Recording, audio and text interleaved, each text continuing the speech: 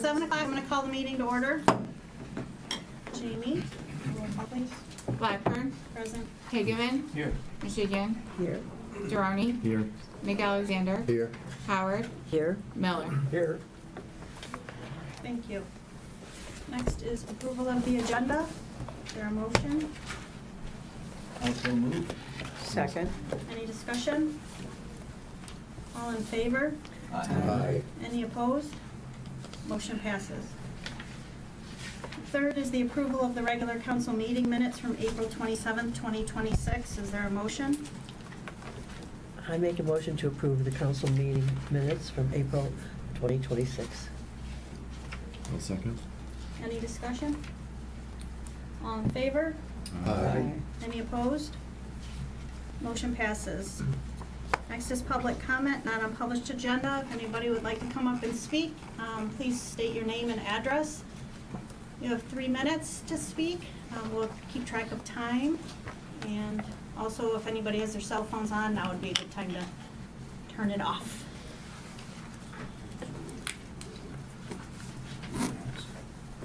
Oh, you're wondering, you're here to speak on the Bollards, is that correct? I'll call on you then. Anybody else? Seeing no public comment, we'll move to discussion topics and invite the police chief up first. I know. So you have my report. There was a slight change that we're doing now, is that we're comparing the month in question with the previous year's month, so you can see the difference, not only year to year, but month to month. And also I included the co-responder second quarter report, which is also there.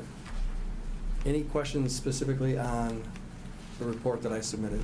Yeah, it may have been in there, but the responders, Mhm. goes, how long has that been in effect? I'm sorry? How long has that been in effect? So she's really up to working full-time over. You're talking the mental health. Yes. Got She- it. Yeah. Okay, She's so been it's been about just 2 a few months where months. she's full-time because she did a lot of training and onboarding and riding with the officers, getting to know Right. everybody. Right, I remember that. I wasn't sure co-responders. Yeah. I hadn't heard, yeah. She's great. Yeah, she is. Just a couple other things real quick. Jamie and I have been working on an issue in the Bingham Farms with AT&T. I don't know if people have AT&T here. Service has been a little sketchy, so we did reach out to maybe some contacts we have, and I believe that situation's been fixed. So we're actually able to talk to each other now on the cell phone, which is great.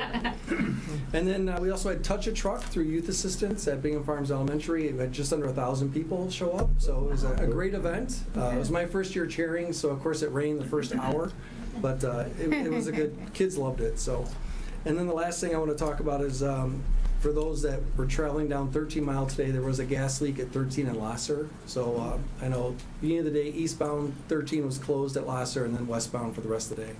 So I believe that's been resolved. Mm-hmm. Any other questions? All right, thank you.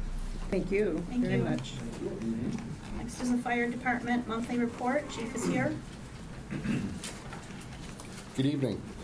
You also have received our monthly report. Other than that, I just wanted to make one comment that we had our meeting on April 30th with the subcommittee. The meeting lasted just shy of 2 hours. We got a lot of questions that were answered. There was a lot of discussion that took place, and we look forward to continuing on that discussion with hopefully both villages, so that way we can set a path moving forward. So pending your questions, that'll conclude my report. I have a question. Sure. I read in your minutes about the fire department instructors conference. Did you attend that in April? I did. I went for a period of, I guess, 2 nights, 1 day. And the sole purpose was to research replacement apparatus, specifically a replacement for a rescue truck. That's a 2007. And a replacement for one of our pumper tenders, which was from 2003. We also did research pertaining to a cardiac monitor defibrillator. So there was 2 main vendors of that item, Stryker, which makes the Physio Model 35, as well as the Zoll, which makes the, oh boy, Zedian, something like that. Researched those. The fire department approved me to make the purchase of this monitor defibrillator. So once it arrives in days to weeks, and once training has taken place, we will be better able for cardiac patients to perform 12 lead EKGs and transmit those to the hospital. So that way they can be interpreted by one of the ER physicians. That's in addition to vital signs, automatic defibrillation, as well as for fire victims or anyone that's involved with carbon monoxide poisoning. We will be able to determine on scene preliminarily. Obviously, it's a blood test that's needed, but we'll be able to see if anyone had been exposed to carbon monoxide where it's impacting their body functions. Thank you. So did other No. firefighters go? Just me.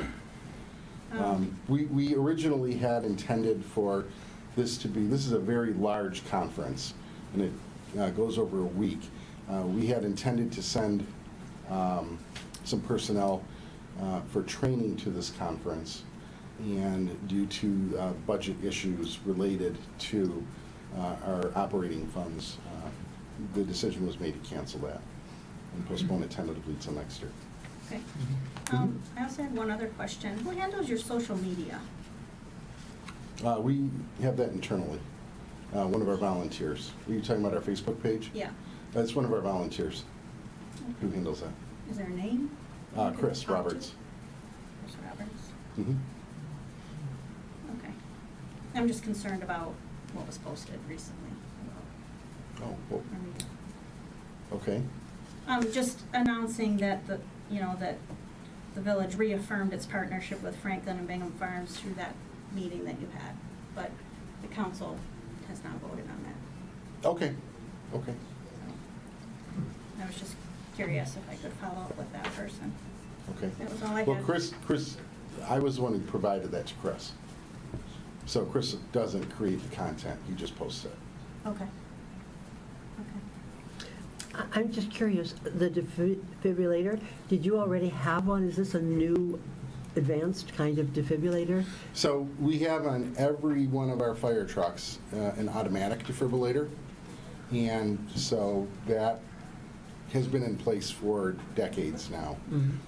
What this does is, because of the discussion about a potential transition to an advanced life support capacity, we had looked for alternate equipment that we could use to transition with. So in terms of the provision of care, it is the exact same as what we have now. In terms of capability for the future, this will enable us, should we become an advanced life support department, to provide manual defibrillation. So that includes pacing for people with very low heart rates. It could be manual defibrillation depending on the needs, or what we call cardioversion, which is if there is something that is going on where you need to restart the heart to get it electrically working, coordinated electrically, but they don't need the full amount of electricity in order to do that. That is one of those advanced life support functions. What is the cost of the new, and would you have to have one for each truck then? Well, it's $52,000 $52,000 for the per unit. unit. Yes. We would not have to have one for every truck. The idea would be is, if anything would be advanced life support licensed or potentially licensed, we would get one for each of those. But we've started with one. But the commitment has not been made to purchase that, has it? It has. Oh, it has? It has. It's been ordered, and it will give us some additional capability. As I said, if someone is complaining of cardiac issues, we could perform a 12-lead EKG in the field. Okay, so this is an advanced life support kind of defibrillator, right? Well, it could be, but electrically, it could be programmed to lock out the manual functions, which the state does allow, county protocols allow. The only difference is that without having the manual functions enabled, that allows us to perform at a basic level. Mhm. Are you still able to send information to a hospital? Well, at present, we contact the hospital via phone, via radio, as well as via an app called eBridge. So there is the ability to transfer data to the hospital. This is a little different because this is going directly from the monitor. It's literally via fax because it needs to be secured because of HIPAA requirements. Of course. So that way, the unit itself could be utilized to send the data. Yeah, right. Mhm. Okay, thank you. Mhm. Okay, thank you. Thank you.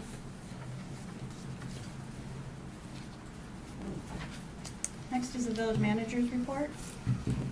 Yeah, my report is in the packet. I don't have anything additional to add. If there are any questions though, I'm happy to take them.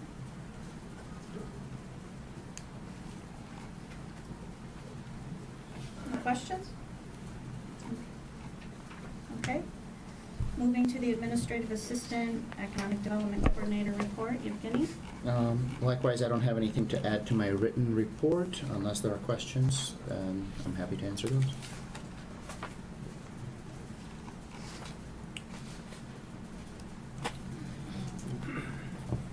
I see that our business license response is up this year Yep. a little bit, so that's Coming along. nice. Good news. Thank you. Any questions?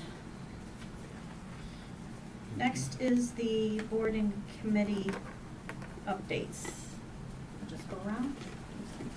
I'll start. Obviously, I can't be at the fire commission meeting because that's going on tonight. So no report on that one, and the cable board meets this coming Wednesday, so no report yet. We'll go this way then.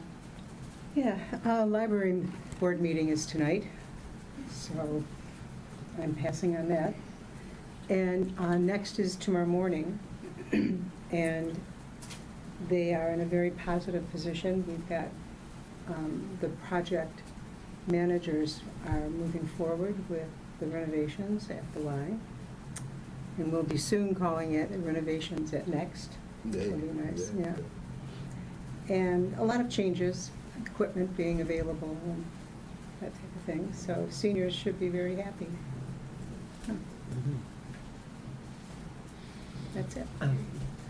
Jim and I are on the ad hoc committee regarding the ordinance fees, and we're still researching some information on the maximum fees that might be charged legally within the state of Michigan. So we'll get back to you on that at a further meeting.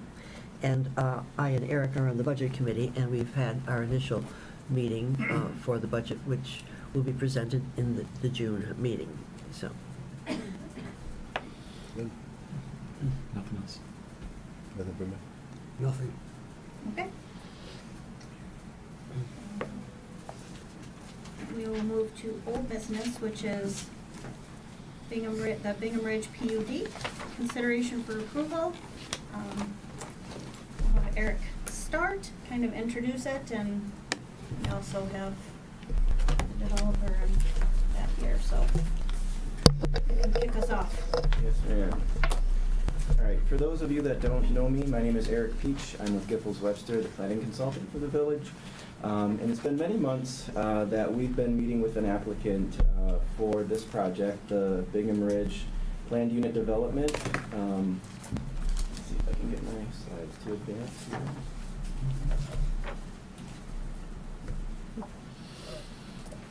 Sorry.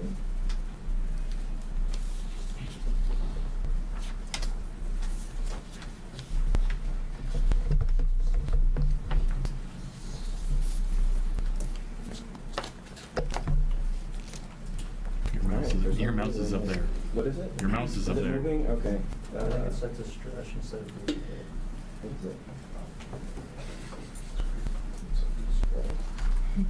It's way to see the day.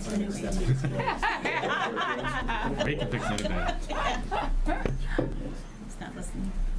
sure can try to fix it. Your mouse is, it's up there. The mouse is moving there, sure, but see, it's not this way. There it is. Sometimes you gotta find it. Yeah. Yeah, like It's right, on the we'll right. see on the what it left. It's Yeah. out in space. I have a clip with you if you want to use that. Oh, it should just there we go. Maybe it just fell asleep. Okay, so the development before you is the Bingham Ridge Plan Unit Development at Telegraph and 14 Mile Roads.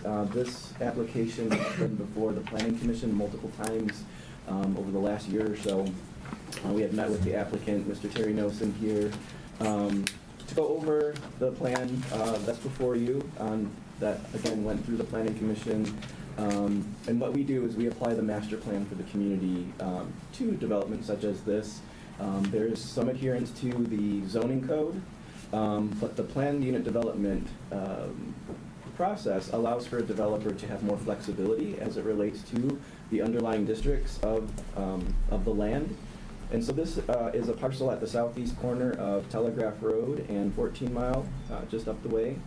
The cul-de-sac street is called Dalville Court, and we'll go through kind of what the intention is for that street. The underlying zoning on the north end at the intersection is R3, and then below that, where the cul-de-sac currently is R2. And R2 currently exists of 6 parcels, and R3 currently exists with 3 parcels. So the last that this went before you was in March, where I gave a presentation explaining what the steps were when the plan went before the Planning Commission, and that they approved or recommended for the Village Council to consider the application with certain conditions. And so we can go over those towards the end of my presentation. Mr. Nosen's here to confirm what those are. But in the meantime, we had the Village Council at the March meeting had asked for a postponement for the applicant to address some of their concerns, some of your concerns, and we didn't get a revised plan or an updated plan until it was too late to make a full review to come before you in April. It was on the agenda, but there was I had not reviewed anything, so there was no new information for me to present to you. So that's why it's been postponed to this meeting here. And what I want to do first and foremost is to just go over what some of those revisions were or updates. So as you can see on the screen here, one of the major things that you would notice is the Building 16, which is highlighted in yellow. That building used to be within the A2 district, which as you can see is to the right. And so what happened was the Building 16 moved to the A3, which has more flexibility in terms of the density, and then the open space recreational outlined in purple here, that moved to where Building 16 was in the R2. In addition to that, the Michigan Department of Transportation had suggested or required the applicant to adjust where the previous private street connected to Telegraph Road here into a configuration such as this, where it aligns better with the turnarounds on Telegraph Road. So with this extension, we again removed Building 16 to the other district to help with the density, but then the belief is that when this was extended, this is the exit from the property onto Telegraph Road. When that was extended, it created more coverage, which affected the net buildable area, and so it basically just canceled itself out. That being Building 16's footprint moving from one district to the other. In order for that to be a net positive, we weren't able to achieve that just because the extension of the exit canceled that out. So I just wanted to kind of give you some background as to why the density hasn't really changed any from the previous meeting that we had with you. So Building 1, the Village Council had some concerns regarding the setback of Building 1. This is the building that's farthest to the south at the corner of the property. And when the underlying zoning district, R2, the setback for that district is 60 feet. So when that's carried across Telegraph Road here, this building sits within the setback to a certain extent, approximately 19 feet. And so I believe I believe it's a setback of about 41 feet, but then when you measure from the closest point of the building to the traffic lanes or the back of curb, it's approximately 63 feet, so it's relatively in keeping with the intention and spirit of the minimum setbacks of the underlying district. And then also to mention, originally this was a 35-foot setback because there was an additional, I think it was like a covered balcony or a covered area entrance here that decreased the setback. So by removing that, that ultimately increased the setback to a certain extent. Just a quick question. When you're measuring the setbacks, Yes, ma'am. what's the point of measurement from the house to where? To the property line. So when you measure setbacks. Where is the property line? Yes, ma'am. That's this Okay. whole line here. So that's where the setback is. The setback is measured from the property line back, and that requirement's 60 feet. So this red line is the underlying zoning district setback. Isn't it? And Yeah, and but the actual setback is to the edge of the building from the edge of the property. Yes, so this Right. distance here is about 41 feet. So the shaded green is where it encroaches. So it's, if it was to follow the strict application of the ordinance, it would be set back 60 feet. So every part of the building would be behind the red dashed area. But we like to kind of add to the analysis to say, well, what is that distance from where the traffic lanes are, just to get a perspective of how much additional land is between the moving traffic and the building, and that distance is about 63 feet. Well, we kind of like to stay with what we're supposed to be measuring. I'm just giving Yeah, you I some know. perspective. I know. Yeah. So in addition, the entryway, we have a proposed gate. And so when the gate was originally proposed, there in the median here, there was a monument sign that includes the name of the subdivision, Bingham Ridge. But because of the change in the configuration of the exit, that whole area changed to a certain extent. So the gates stay relatively where they were originally proposed. Their setback is of a distance that's in keeping with the intent of the ordinance, so that when vehicles line up at the property line, there's no traffic extending into the right-of-way. And so then the turnaround here allows for traffic that if the gates are closed and someone doesn't have access, they can turn around and not block or obstruct traffic. So the change that was made here, however, is the signage. So there's no longer a monument sign between the two gates. So the monument signs are located here. I know it's kind of hard to see here and here inside this traffic island. And so I just wanted to do a comparison to show what the previous looked like and what's being proposed now. So the gates are there without the sign, but then these images show what's proposed in place of that. So the important thing with this change is to note that part of these structures here are located within the right-of-way. So again, the property line is shown in the bold here, and these walls are essentially sticking out into the right-of-way. So since this is a Michigan Department of Transportation thoroughfare, this as a setback standard would either require full relocation onto the property or an agreement with the Michigan Department of Transportation for an encroachment into their right-of-way. Then there's two additional monument walls as they're labeled on the plan, and there's one that's fully within the right-of-way. So this is all new to the plan. This was added since we reviewed the plan last. And then there's one over here, so they match each other, but this one just unfortunately is in the right-of-way. So if it were to be pursued, it would require an agreement with MDOT. Excuse me. Yes. How often does MDOT provide that variance to encroach on their right-of-way? I think it's case by case, and so it's just a written request for an agreement. And I don't know if you have any experience with working with MDOT on that, but. I can address it when I come up. Sure. So then landscape screening, there was concern last meeting regarding the appropriate screening along Telegraph Road, especially for the building that's closest to the right-of-way, that being Unit 1. So the plans now indicate that there will be a 5-foot berm, 5 feet in height, that's this dimension here, in this general area adjacent to the proposed building. So that distance is about 41 feet, 43.6 to the property line. In addition to the 5-foot berm, would be 16 to 20 feet height for landscaping, mature trees. So we'd have a screening in this area of about 25 feet. And so this is just a rendering showing from Telegraph Road what the intention of that is to look like and to have the full screening effect of the trees that are proposed there. Can I ask a question about Yes, the sir.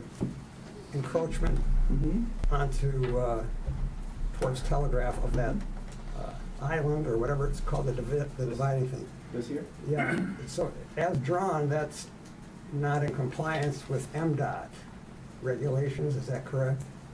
Okay. Just the signage. And the signs. The signage. The island is.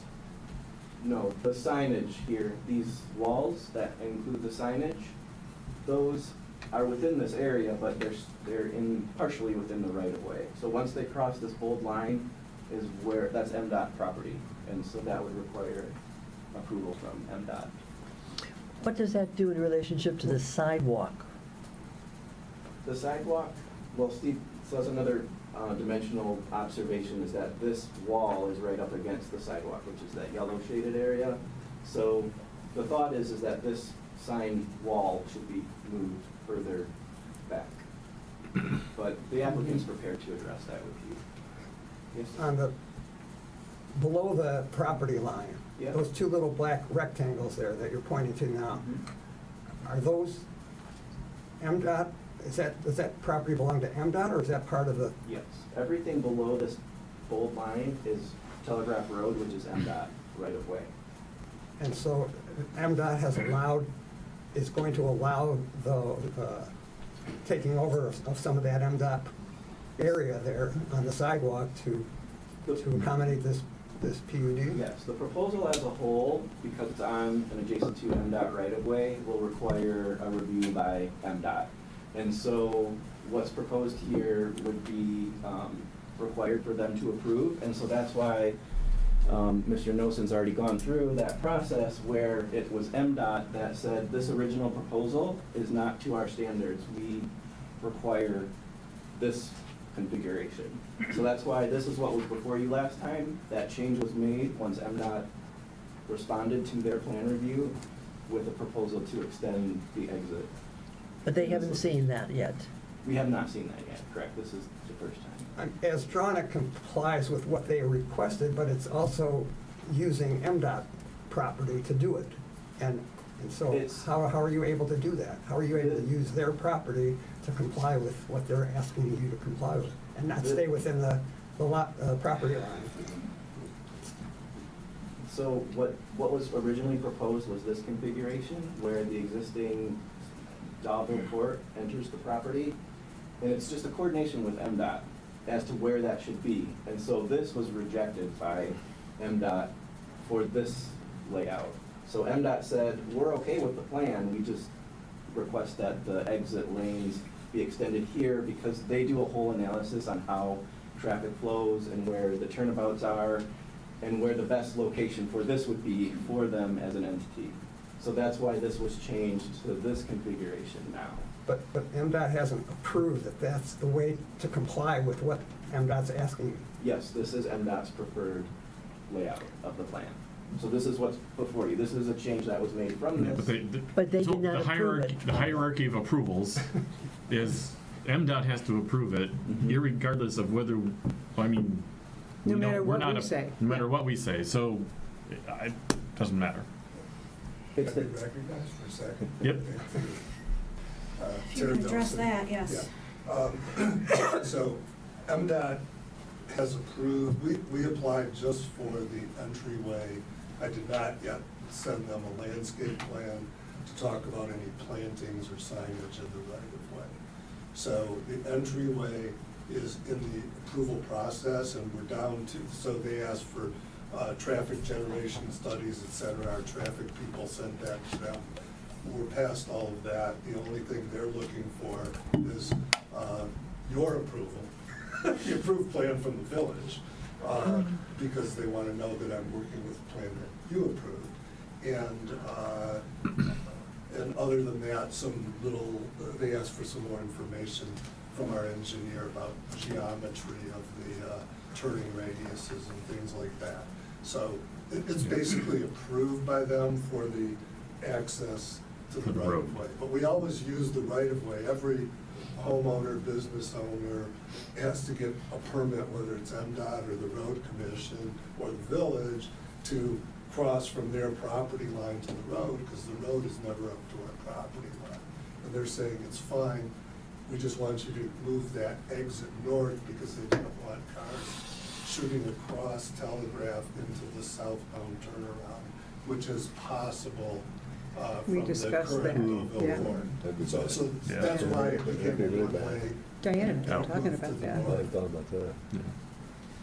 So if we, about the signs, if we approved it and MDOT came back and said, no, the signs can't be there, then you'd put them somewhere else and you'd integrate Correct, it. or we might, on the exit side, I was prepared to address that when I get in front of Okay. you, but yeah, we That's could fine. delete the ones on the exit side if really, Okay. my landscape architect decided to draw Yeah. signs. If MDOT says they don't want any of our landscaping, or your landscaping, on their property, Then we won't, we very rarely get that from MDOT or the road commission. As long as we don't impair sight distance, so people can see adequately when they want to pull out onto the road, they're usually fine with us putting planting, and sometimes even structures in the right of way. But I don't think we're gonna need to put structures there, we could do planting, and if we can't, we can't.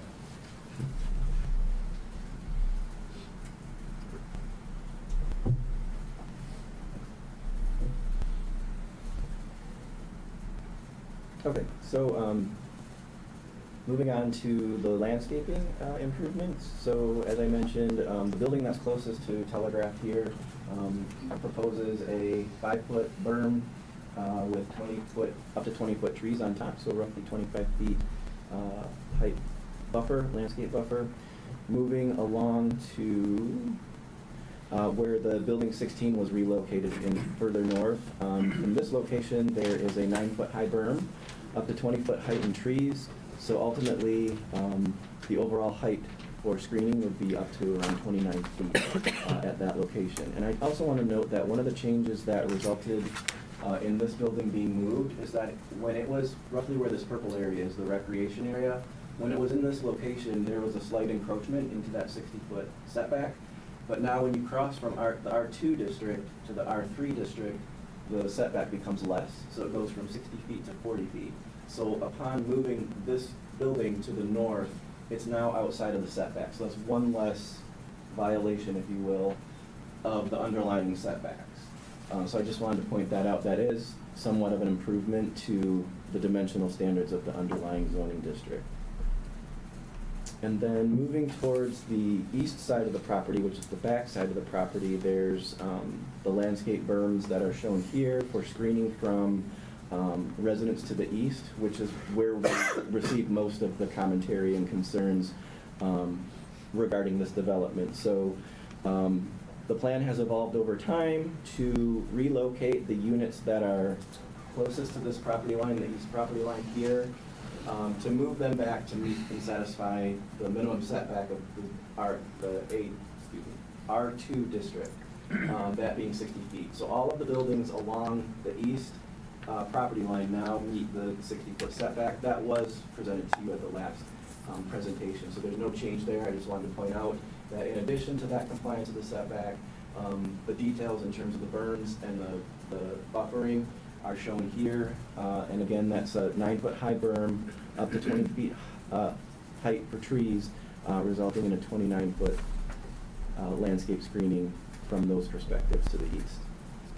And then the second part of that analysis is this view here that has a 12-foot high berm, up to 16-foot height trees, resulting in about 23 feet landscape buffer with evergreen trees primarily, which the purpose and intent behind that is so that they remain screened throughout the year, including the winter time. So with the few adjustments that were made,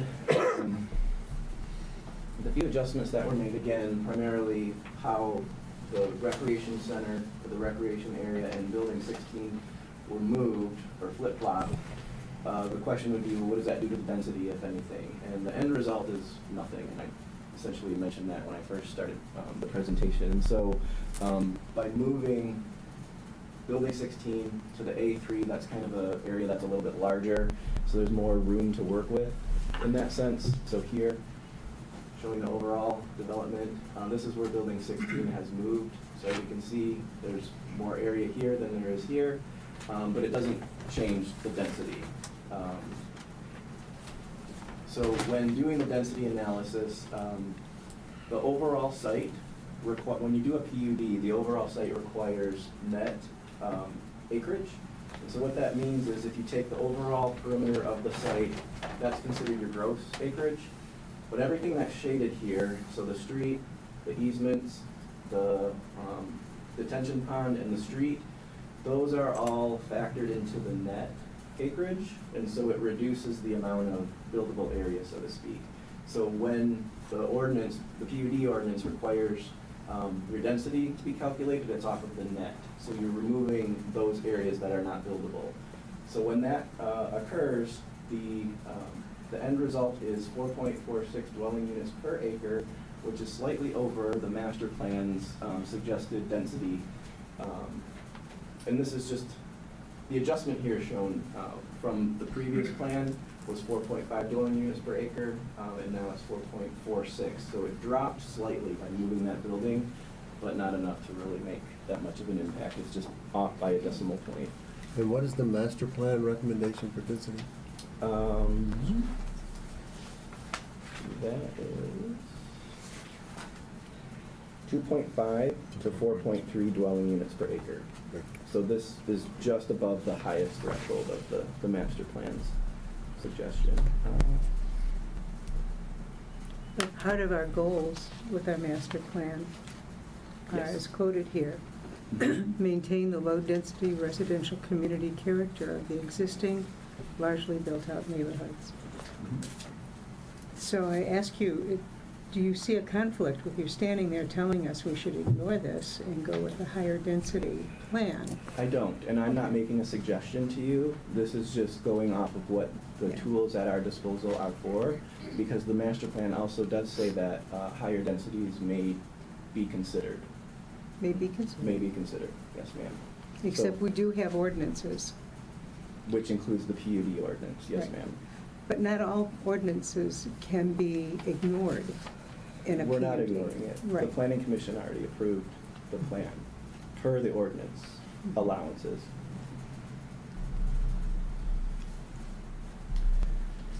Yeah.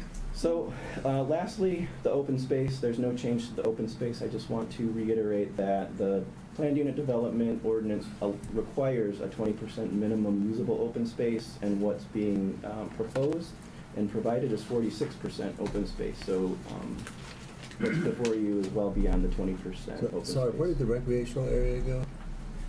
The usable? No, there was a recreational area Yes. that was moved as well. Where did it go? Yes, sir. It's That not in is- those pictures, it's in that one. Okay.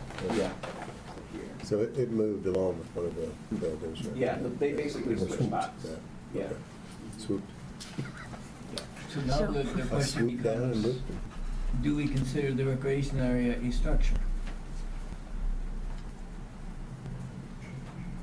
I don't know. I don't know. It's part of the usable open space, so it's looked at in that sense.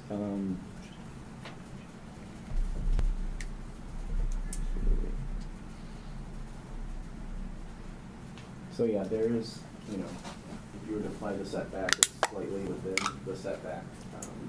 The thought too was that what would it look like if the recreation area was switched with Unit 1 or Building 1, but then the recreation area becomes so far away from the center of the site, which, it's encouraged that all units within the development would have some sort of centralized location for the recreation. So that's why we went with,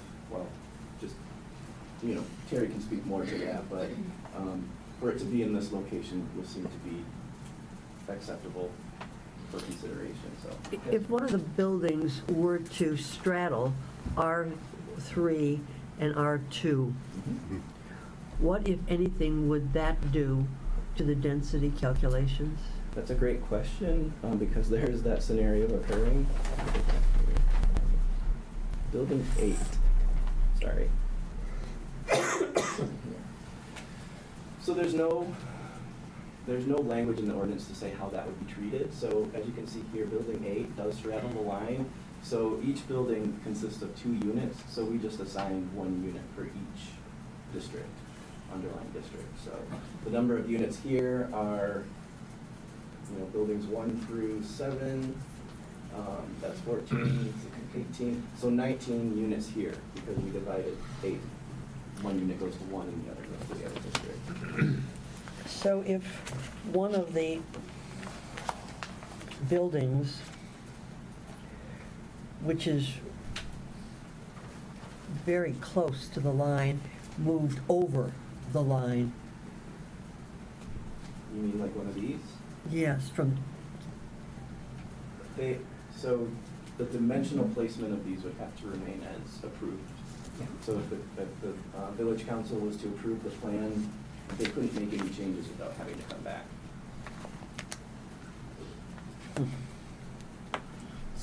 So on the underlying, I guess to understand more about the underlying R2 and R3, so PUD says this is a development being done all as one, right? Yes. That's what PUD defines. Yes. And so the underlying R2 and R3 then just becomes guidance. Yes. Is my word, right? Yes. Okay. Yeah, so the PUD ordinance provides, the overall way in which development can occur as long as you follow the guidelines of the PUD ordinance, but it also says that there shouldn't be too much deviation away from the underlying district. So the underlying districts give some sort of semblance to what the PUD's limitations are, as well as the master plan. And so, again, after months and months of meeting with the applicant, we feel that those two things are generally in line. You do? You feel that it's in line? Yes, yeah. Because really, between R2 and R3, it becomes really just arbitrary. Once it's looked at as a unit, what part is R2 and what part is R3, and what buildings sit on which piece. Well, and that's kind of my point here with the Yeah. setback in this location, Right. because here the setback's 40 feet. And if the city was okay with proposed buildings at the 40-foot setback, Right. but over here at 60 feet, why would there be a concern if it's okay here for then a greater setback of 60 feet be a problem here? Yep. So that's why I make the comparison to say, well, building 1 in the underlying zoning district of 60 feet setback requirement, it's encroaching by 19 feet, but if the 40-foot was carried all the way across, it's relatively in line with that setback. But it's not. But it's not, because the PUD allows for that flexibility. That's what the ordinance says. Are we supposed to judge and It's make to your come to? preference, Yeah, yes. right. Yes, it's to your prerogative. It's not written It is in written. stone. It is a preference. It's the flexibility that's allowed to you. Yes, ma'am. do we want to execute that flexibility in contrary to what the master plan says? Yes, ma'am. One of the things we've talked about and quite a bit was front and rear setbacks. What we've never discussed are side setbacks. Setbacks for R2 and R3 are 15 feet sideways. So you have between buildings 1 and 2, 2 and 3, 5 and 6, 3 and 4, 6 and 7, 8, my glasses here, 8 and 9, and 15 and 16 are less than 30 feet. So those do not meet setback requirements. Every setback is met for the underlying district. Not side setbacks. These are the side setbacks here. So there's a 15-foot. No, between buildings. Between buildings. Between Yes. buildings, sideways. So you have some that are 40 feet, some that are 30 feet, and a number of them that are 25 24, feet, Yeah, I saw. which does not meet the side setbacks. That's a deviation that we're proposing. But that's. Yeah. If at all. Like you said, you look at the whole process. Yeah, I don't. in You terms of hadn't the noticed that? Pardon? You hadn't noticed that? There's no underlying district, I don't believe, that says the distance between the buildings is a requirement. If, I'd have to look back. D, are you saying if they were all individual plots for each building, Well, I mean, then it would be like that, but it's not. side lot setbacks for R2 and R3 are 15 feet. So that, you would require 30 feet between each building or more. No, that's the side yard, that's the Side property yards. line here. No. No, No, between. No, that's the back. between the That's the buildings. back. That's the back. Well, Yeah. not according to my review, but. Well, no, that's the back. He's Your implying front, that back, and if they side. were individual plots, it would be that way, but they're not individual plots. It's a, But they are individual buildings, and I consider that a unit.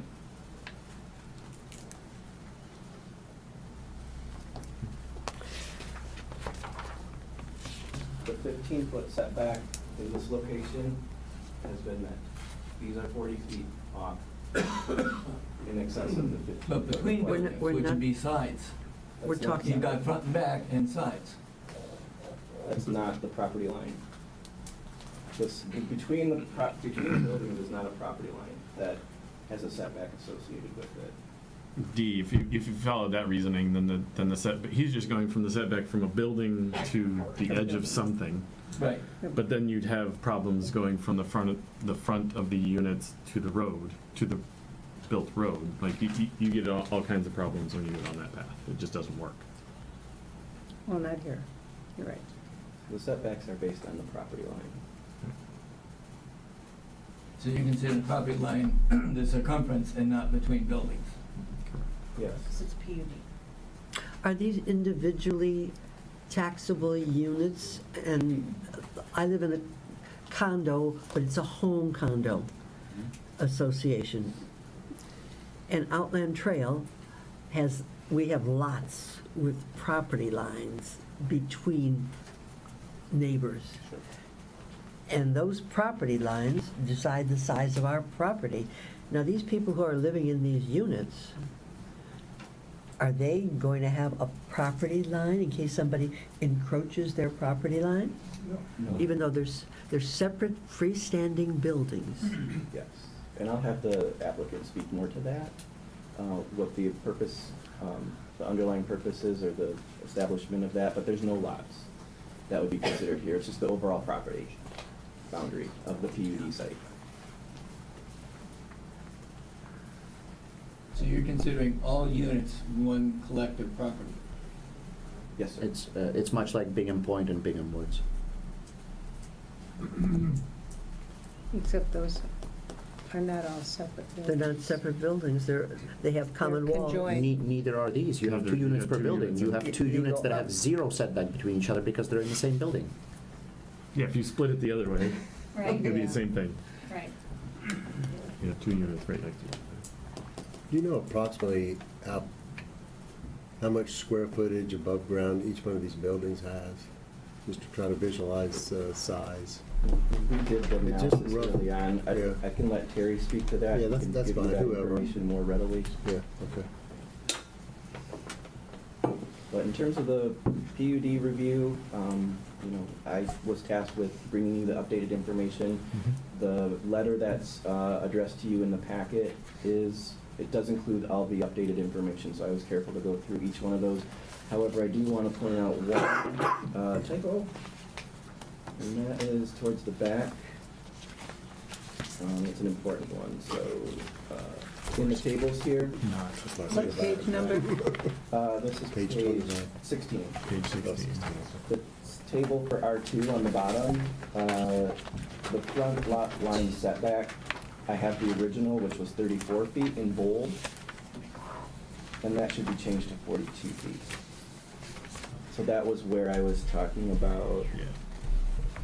the building one kind of improving that. Originally it was 35, or I'm sorry, 34, and I just didn't update that in the table to reflect its current 42. But it's on the drawing that way. Yes. It yeah, says but 40, in it the says table- 41 on the drawing. 41?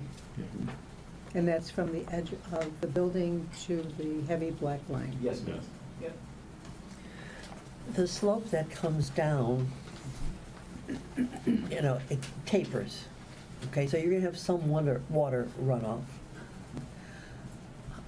when that taper ends and becomes flat, how much space is there to building one? So basically, like this distance here, Yes. it's a few feet. Do you have that number, Jerry? I don't know exactly. Again, I don't want to talk about it, but my view would be if that dimension, when we get into engineering, becomes at all difficult, we would just do some retaining on that berm and cut the edge back and give us enough room to get A lawnmower. very good drainage along the edge of the house. And also on And that. slope away from the house. And on that note as well, so assuming approvals, the next steps for the PUD would be to go through the site plan review process. So we would go through a full site plan review. It would go through all the different departments for review. And if anything is not to the PUD agreement or is different from what was proposed, for example, if there was some tweaking of the plan that the village engineer required for that type of issue, then it has to go through the site plan review process, which goes back before the planning commission for consideration and approval. So those little changes like that still require a site plan review so that the oversight is follows through with the PUD approvals.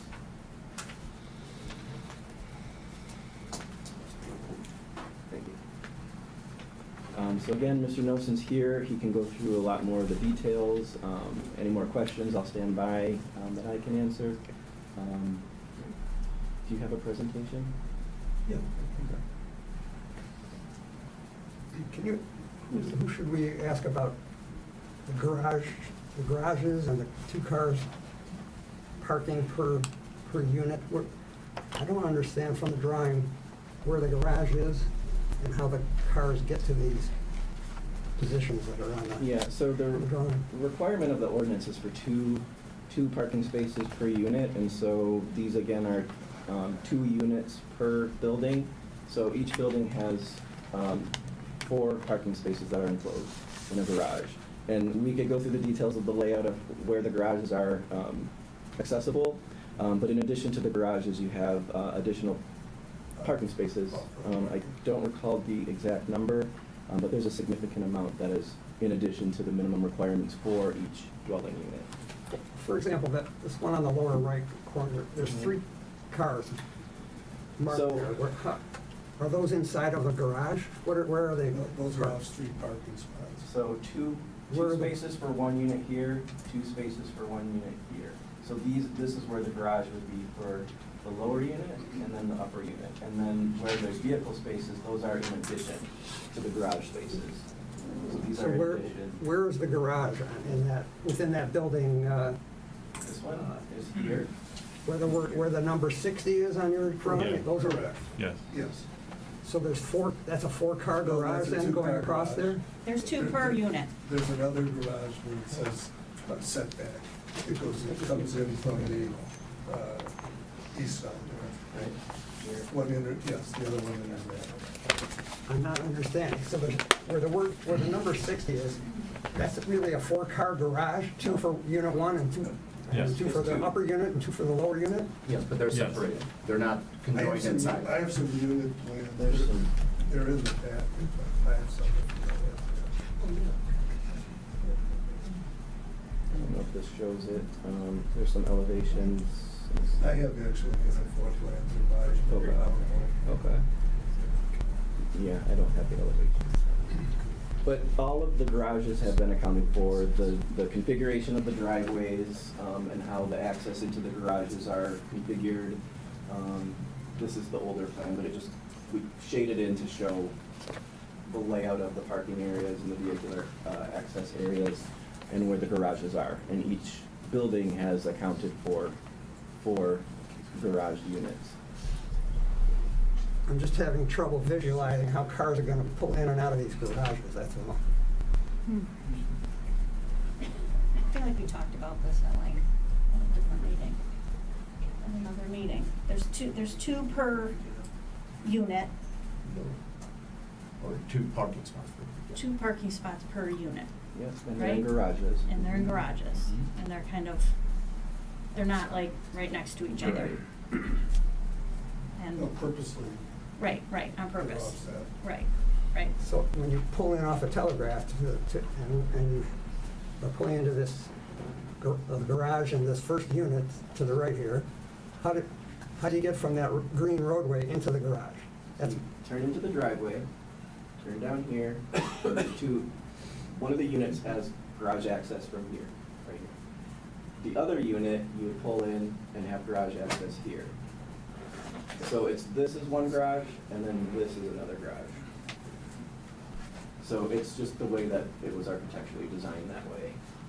None of them have like 4-car garages all in a line. They're configured differently. So the cars that are there are additional parking spaces? Yes, exactly. Yeah. And so it seems as though some of these cars are on the roadway. So is, They're designated parking spaces. So like this, when you pull in off of the private street, that's the only roadway that provides access to the units in the site. Once you pull off of that access drive, you're in more or less a driveway. So it's this area where there's designated parking spaces in addition to the access to the garage parking for each unit. is that so those two concrete? cars, This whole I mean, when you talk about the setback, Oh, yeah, it's full. they're even closer than the 41 feet. The vehicles wouldn't be subject to setback requirements. Right, but I mean, technically Yeah. speaking, if somebody's crashing down Telegraph and goes in, They're closer, yep, they're within the setback. And actually, in this case, they're behind a wall. Not that that measurement is an Okay. observation. Is that a curb on each side of the green roadway? What is that, the edge of that? That Yes. little thin edge? There is a curve here, and the width of the private street is 27 feet. So what's on the edge of the road? Is it a curb? Is it a Concrete section? curb. Hmm? Concrete curb, asphalt pavement, generally. So how does a car jump over that curb to turn right into their garage? They're the same self-mounting curb details we use in all contemporary subdivisions. It's got enough slope in it to carry storm water down to storm drains, but not so much slope that cars can't easily get up and down over them. It's an approved Oakland County Road Commission detail, basically.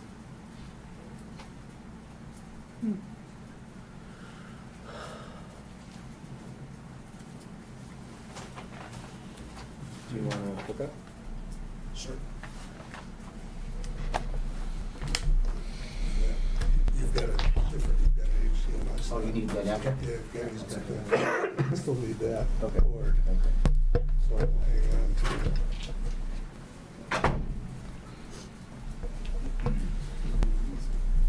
So while we're waiting for the technical stuff,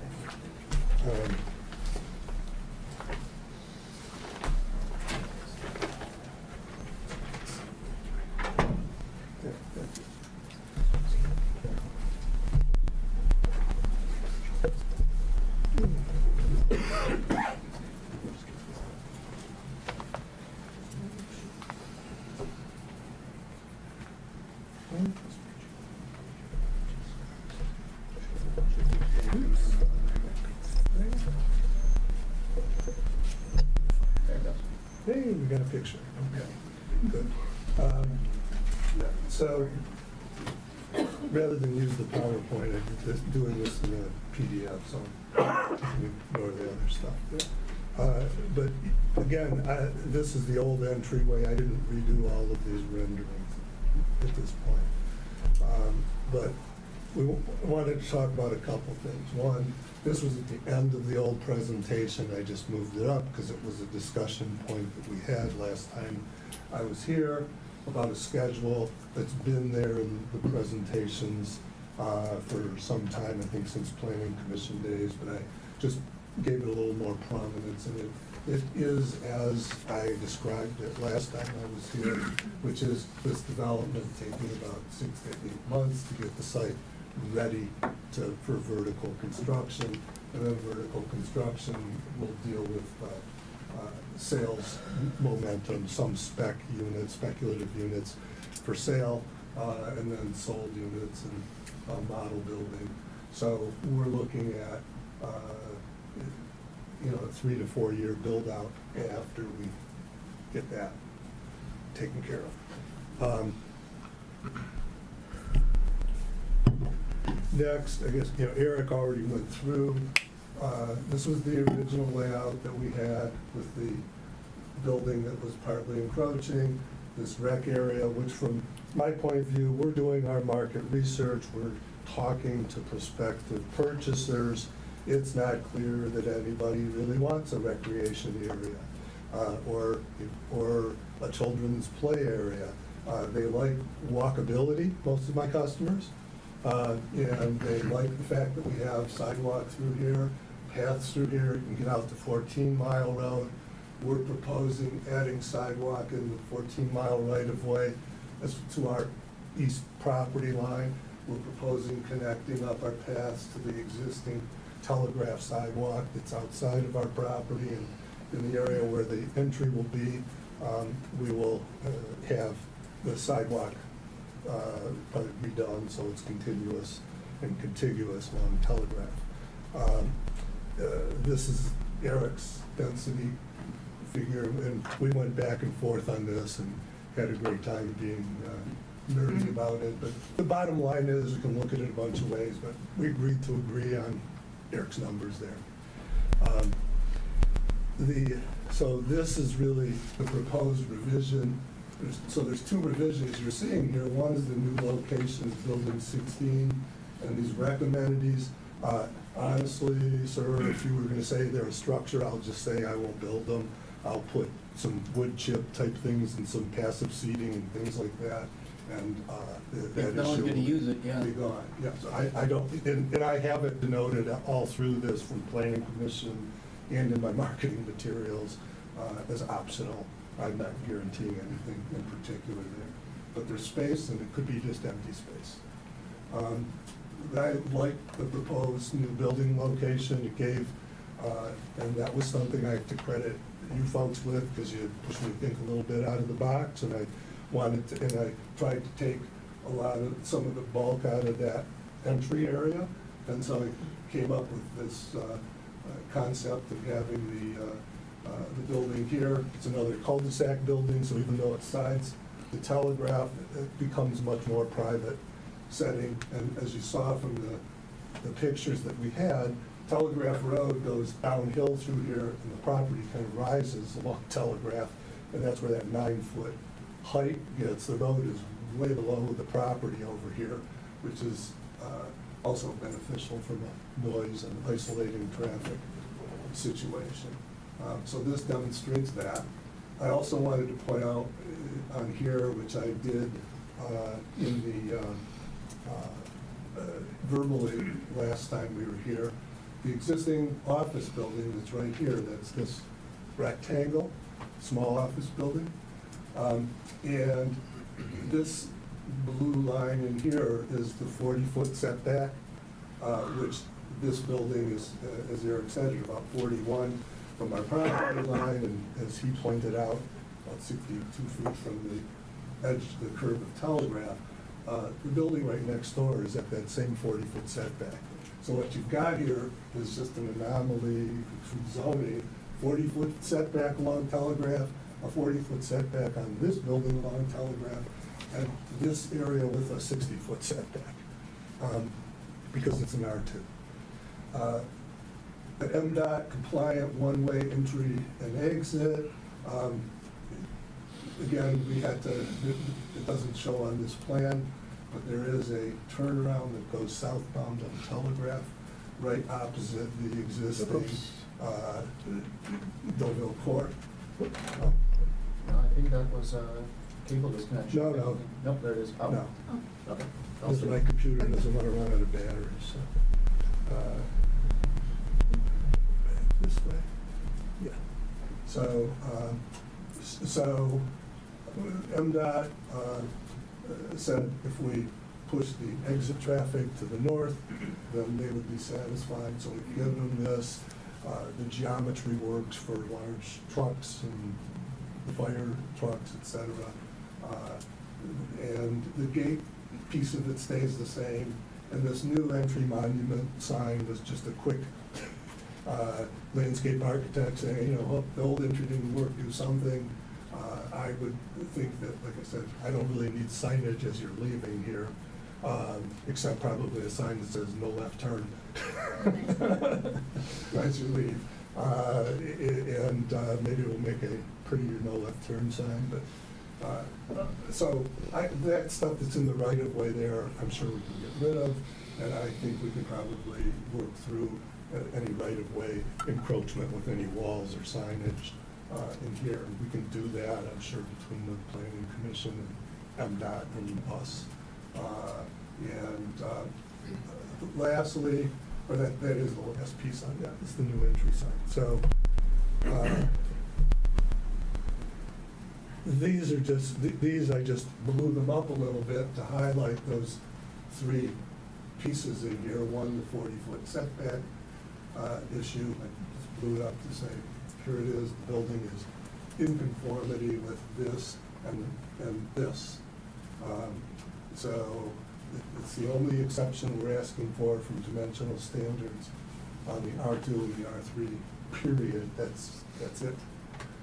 This is just highlighting the new entry, and this is highlighting that where we're swapping out the building with the recommended space.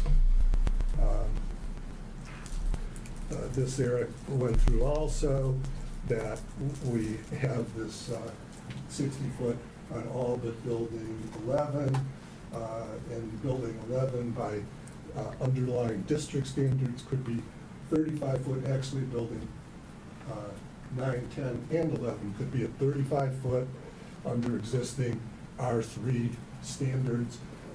We pushed them all back to 60 and provided the berming and the screening in here, which is partly responsible for some of the 25-foot between buildings and things like that that are occurring on the site, because we did more than we were really required to do in terms of honoring our setbacks to our neighbors to the east. But happy to do it. I think it provides a great product, and the buffer is great. The other thing is this corner right here. From a grading perspective, that corner right now, sheet flows off to the south and to the east. It causes my neighbor with the office building problems. He's got stagnant water behind there. He came to an early planning commission meeting and introduced himself, and he was thrilled that we're going to reduce any flow to his property. And we're reducing it by picking this corner up and putting the berm there, and it acts like a table or a driveway with a curb, and it pushes the water into a drainage system that all goes out to the north. So that's part and parcel of that plan. We also had discussion about the at the northern part of the berm, or the far east part of the berm. How are we going to maintain it? It's got, we're going to try and make it more wildflower type stuff, but weeds get in and it has to be maintained.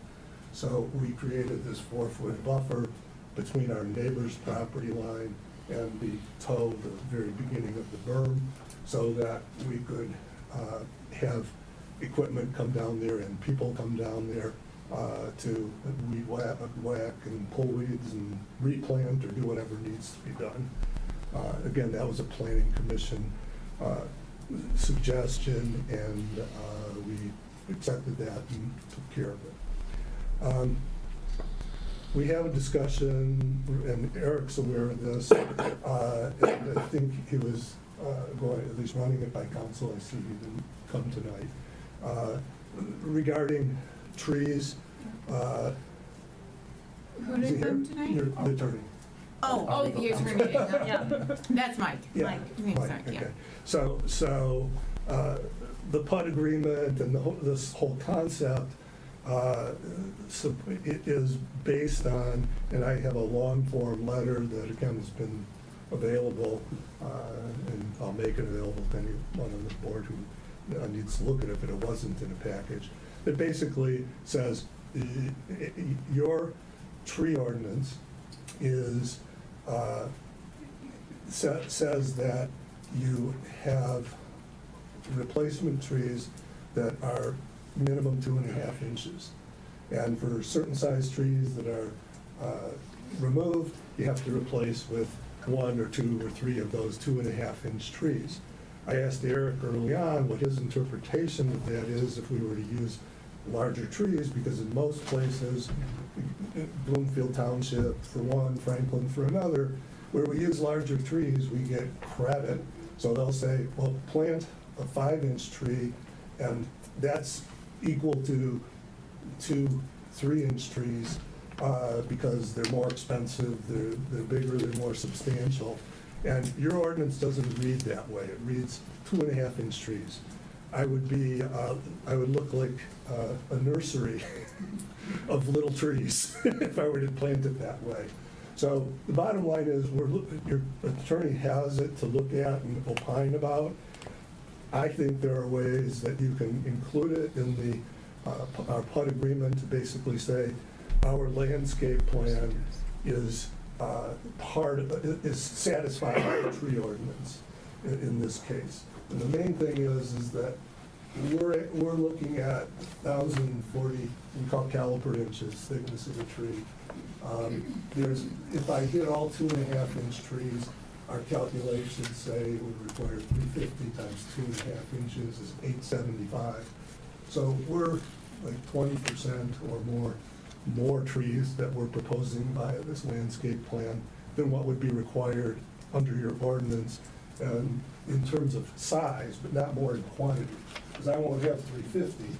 I've got these quantities that are listed on here. Can you just give me an idea of what types of trees you're planting? They're all listed here. There's maple, there's oak, there's sycamore, there's beech, there's gum, there's They're in the packet. yeah, Yeah, we have there's spruce, there's cedar, there's birch. You know, what I'm getting at is we have some that we have asked residents not to plant. We'll So we should comply with probably- any of yeah. that. We Yeah. should Yeah. provide that. These things on the landscape plan, That's- again, the landscape architect Yeah. does it with his best intent. Right. Sometimes they're not available. Can't buy them Exactly. anywhere. And sometimes they're not in favor in communities that they're being proposed to be put in. So, yeah, but the size, we're looking to have this as part of the PUD. One more thing about the trees that we discussed that I would like to see as part of the agreement is that dead or diseased trees be replaced within a specified amount of time. Just, so I just want to make sure that that's stated somewhere in an agreement. Yeah. That if a tree dies, obviously if it dies in, December or something, you don't replace it until spring or until something's available. But I just know we discussed that in planning, and I just want to make sure it's part of the agreement that it'll be replaced within a specified amount of time. Well, the good news is, in the case of this development, should we be favored with being approved, that it is a condominium development, a traditional condominium development, not a site condominium. So the buildings are the buildings. They used to say back in the old days that the owners own from coat of paint to coat of paint the interior. It's a very, very esoteric concept. And some years ago, they started saying, well, why can't we just do the condominium as the lot, the site, and void the Plat Act? So they came up with the device of site condos, which is what you have at Outland, I believe. So this, in the site condo, looks and acts just like a lot. You own to your lot lines, you have setbacks just like a lot. They get reviewed just like a house on a lot. And then you have traditional condominiums, which this is, and we have the ability to define areas as what we call limited common element. So we can say, well, the area of your front porch, that's for your use and enjoyment, or the area in front of your driveway, that's a limited common element. The neighbor can't come from 4 houses down and decide to camp out on your front porch because it's part of the condominium. So that is all done by the engineer, the attorneys, and us, in defining these condominiums, and we have the document, which I'm sure most of you've seen, a master deed, that has all kinds of drawings that says what each part of this is, what the area between the buildings is, et cetera. So that documentation is standard and required, and it gives you a strong community homeowners association that has to have reserves, has to budget, has to go about making sure they collect their dues and stay within their budget, and has certain obligations. In this case, all the landscape maintenance, snow removal, and tree maintenance, including something removing and replacing diseased or dead trees. We don't need this on anymore, I don't think. Would be part of that homeowners association. And it's usually we have a professional management company that manages it.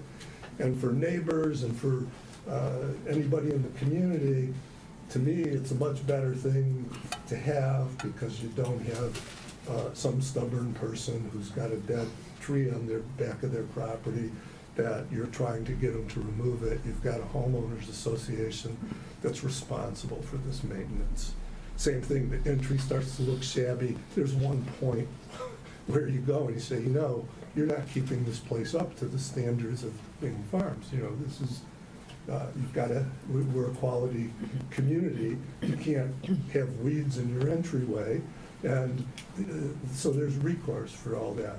And they also would be responsible for maintaining the drainage in this community, both from the point of view of their own detention basin that picks up all the heavy storm drainage and only discharges it at a certain rate. Interior, their storm sewers get clogged up, they have to unclog them. It's not you. The only thing that the village, and they're taking care of their roads.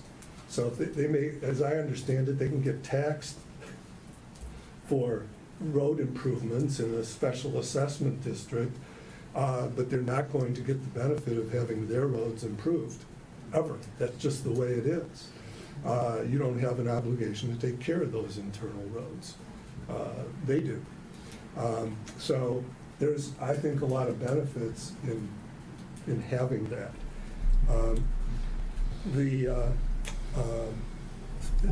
The other thing about these dimensional standards in the underlying districts and densities and open space, as Erica said, we exceed all the open space requirements by quite a bit, even though the units may be perceptively 25 feet instead of 30 feet apart, like a house could be in some instances. The question was asked about the size of buildings. These are high luxury, so the way this is drawn, they're 3,000 square feet of unit of the basement is 3,000 square feet roughly, give or take. The garages, the two of them together, probably about 900 square feet.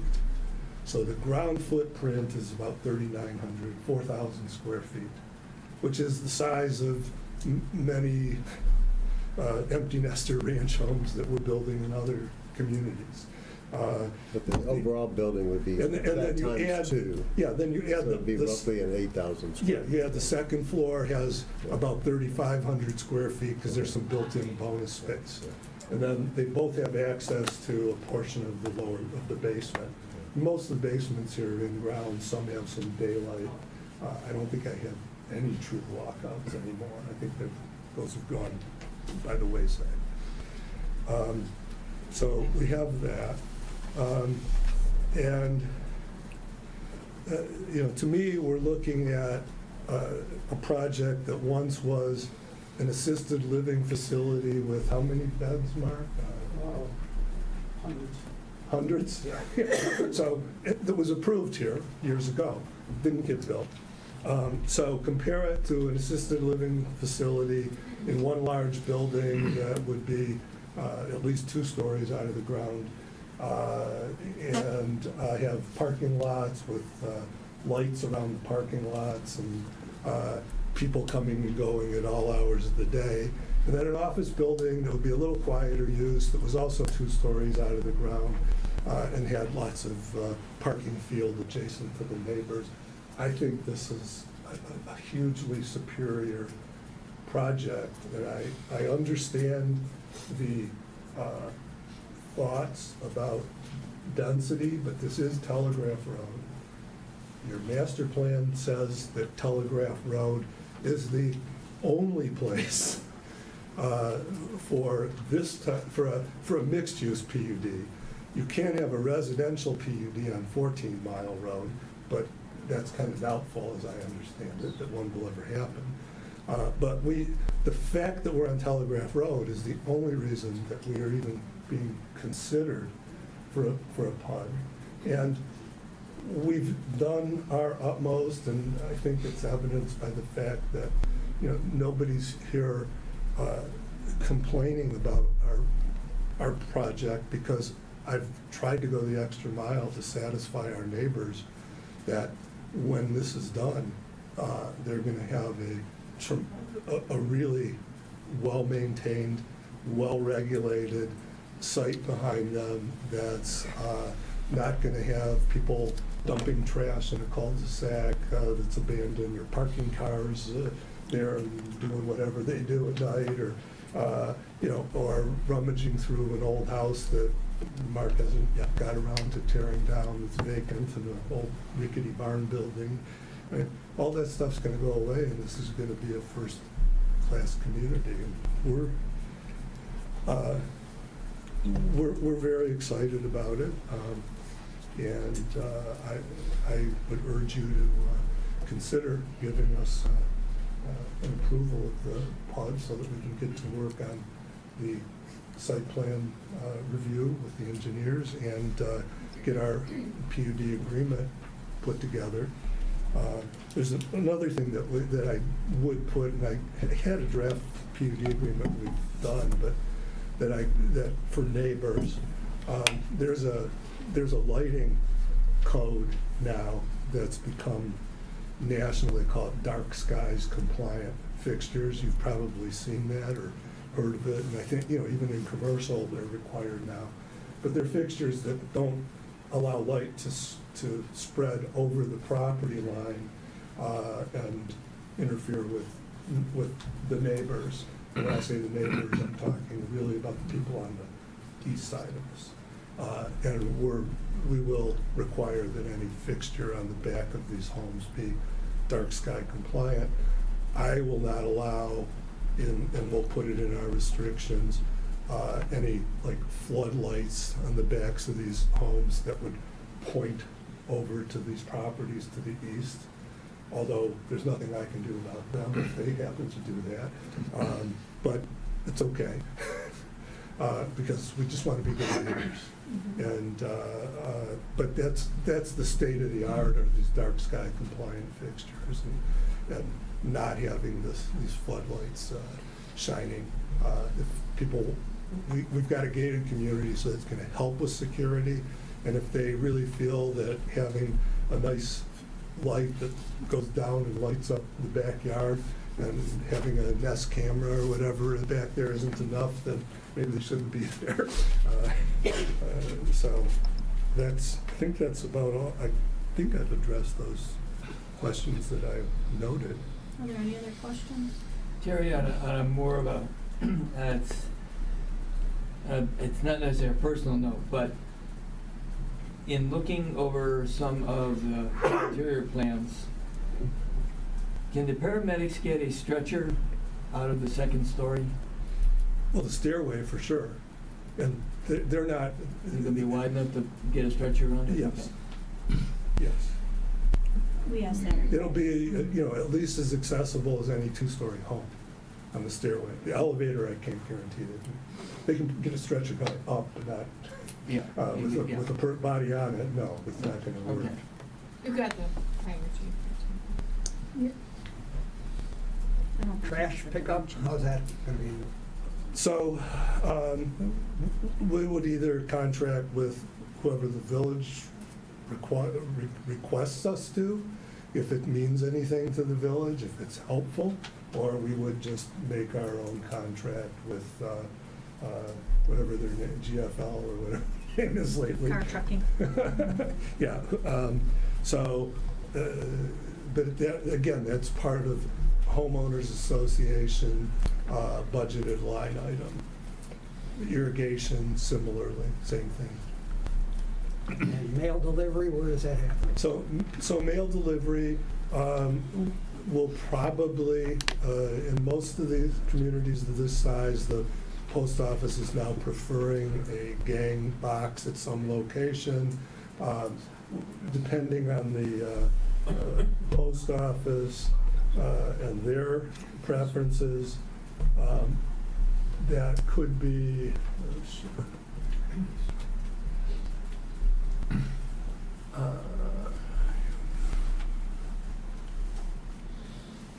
so that could be, I'm thinking like on the back of this island would be a decent spot for it, where someone would pull over and stop, get their mail, and then back up and go in. Or if it's inside the community, probably in front of this area over here. It would be, the gates have what they call a Knox box. So it's not an attended gate, but with the technology we have now, homeowners can get a call if they're in Arizona or Florida or wherever to buzz somebody in or out, and it tracks, who did it, who opened it up. So it's pretty cool and pretty user-friendly with an app usually.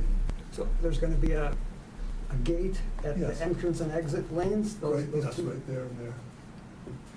Stacked way back off the Telegraph, so that if there's a lot of traffic, we're not backing up to Telegraph. How many cars can queue up to that gate off of Telegraph? Well, it's, according to Eric, it's about 65, and then there's another, it's probably 75 feet, so that's like a half a dozen cars. Is there one Five cars, it's 15 feet. one 16 entrance feet. gate and one exit gate? Yes. And how does an Amazon guy get in there?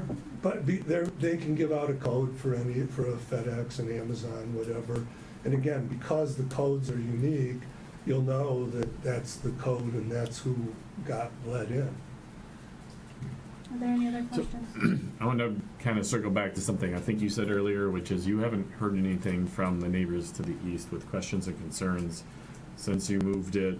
You did the Birmingham, all the updates you did from there, you haven't heard any concerns from anyone? It goes beyond that. We presented this screening analysis for them. I remember and that, then we updated that to include the Telegraph units. And that, when we gave that screening analysis, each and every one of them is on an email chain with me, and they all have my cell phone number. But I just say you haven't heard anything recently in the No. last month or two of more concerns from any of They them? didn't come to planning. And I mean, they did, Yeah. but not recently. And Everybody we have- seems, yeah. Right. Yeah, since Yep. I've been at the village council. Right, so to me, it's, those are the people who are, Dean came in on that one early meeting. Right. But other than that, and when we left, he was pretty mellow Yeah, and they seem satisfied understanding. with the berming and the sight lines Yeah. and all That's- that. yeah, because they're the ones who are being affected by a change that they're not used to. Now granted, if this just was what it was, somebody could build a house on that singular lot closer than these would be, so they're actually getting potential Yeah, benefit. I actually drew a plan that I presented at planning. Yeah, right. Where I said, okay, we could have like 9 houses. 9 or 10 lots across this. The pond doesn't have to be here. Right. Yeah, and each one of those could put a pool or a tennis court or whatever in Yep. their backyard. Okay, that's all. 35 feet. How does the retention pond work? Just what's the, So how it works is it collects all the storm water from the street and rear yard. So and that's why the trees have to go, because we have to pick up rear yard drainage and front yard drainage and road drainage. So it picks that all up in a pipe system, and it comes out into the pond here. It has a pretreatment, mechanical pretreatment thing, I'll be technical, that's in here. And that's why this road has to be there to service it, so they can come and vac out the pre-treatment if it gets plugged up, or vac out the pond if it starts getting silted up, which once it's stabilized and we're past construction, it should be relatively maintenance-free, but during construction, dirt gets in. But anyway, so the water flows into here. There's a controlled outlet level here that's calculated so that it doesn't overflow in most storm events, but in some horrendous storm events, it could overflow. And if it overflows, it goes out to the Snow Creek. But normally what it would do is if it gets up high, it outlets at a controlled basis to that creek. And it's putting clean water out if it's working properly to that creek, which the engineering's gotten great on these things. I mean, they work well when they're executed correctly. It's way better than it used to be. We have an ordinance against second-story or two-story entrances or balconies, patios, porches. We don't. No. The front door. The front door, You can't have a two-story front porch. that's it? Yeah. Okay. Yeah, we've been up and down and through the book here. I think like I said, we're, in terms of actual dimensional variances, there's two things. The density thing's interesting because the only place, and I've read the whole ordinance, at least all the residential Oh, parts. I'm sorry. Commercial. You have a schedule of regulations which says, that house must be so much from the front, so much from the side, so much from the back, can only be so high, they gotta take into account the height of the house in terms of setbacks. There is not a word in there anywhere about density. But in the PUD ordinance, PUD portion of the zoning ordinance, they came up with and put in this net density calculation. But it doesn't reference anything. There's no numerical standard in your zoning ordinance for density. So the only guidance you have, and that's why Eric keeps telling me it's guidance, not gospel, is the master plan. It says 2.5 to 4.3. And we're way under that 4.3 if you look at on the, Eric has it right here.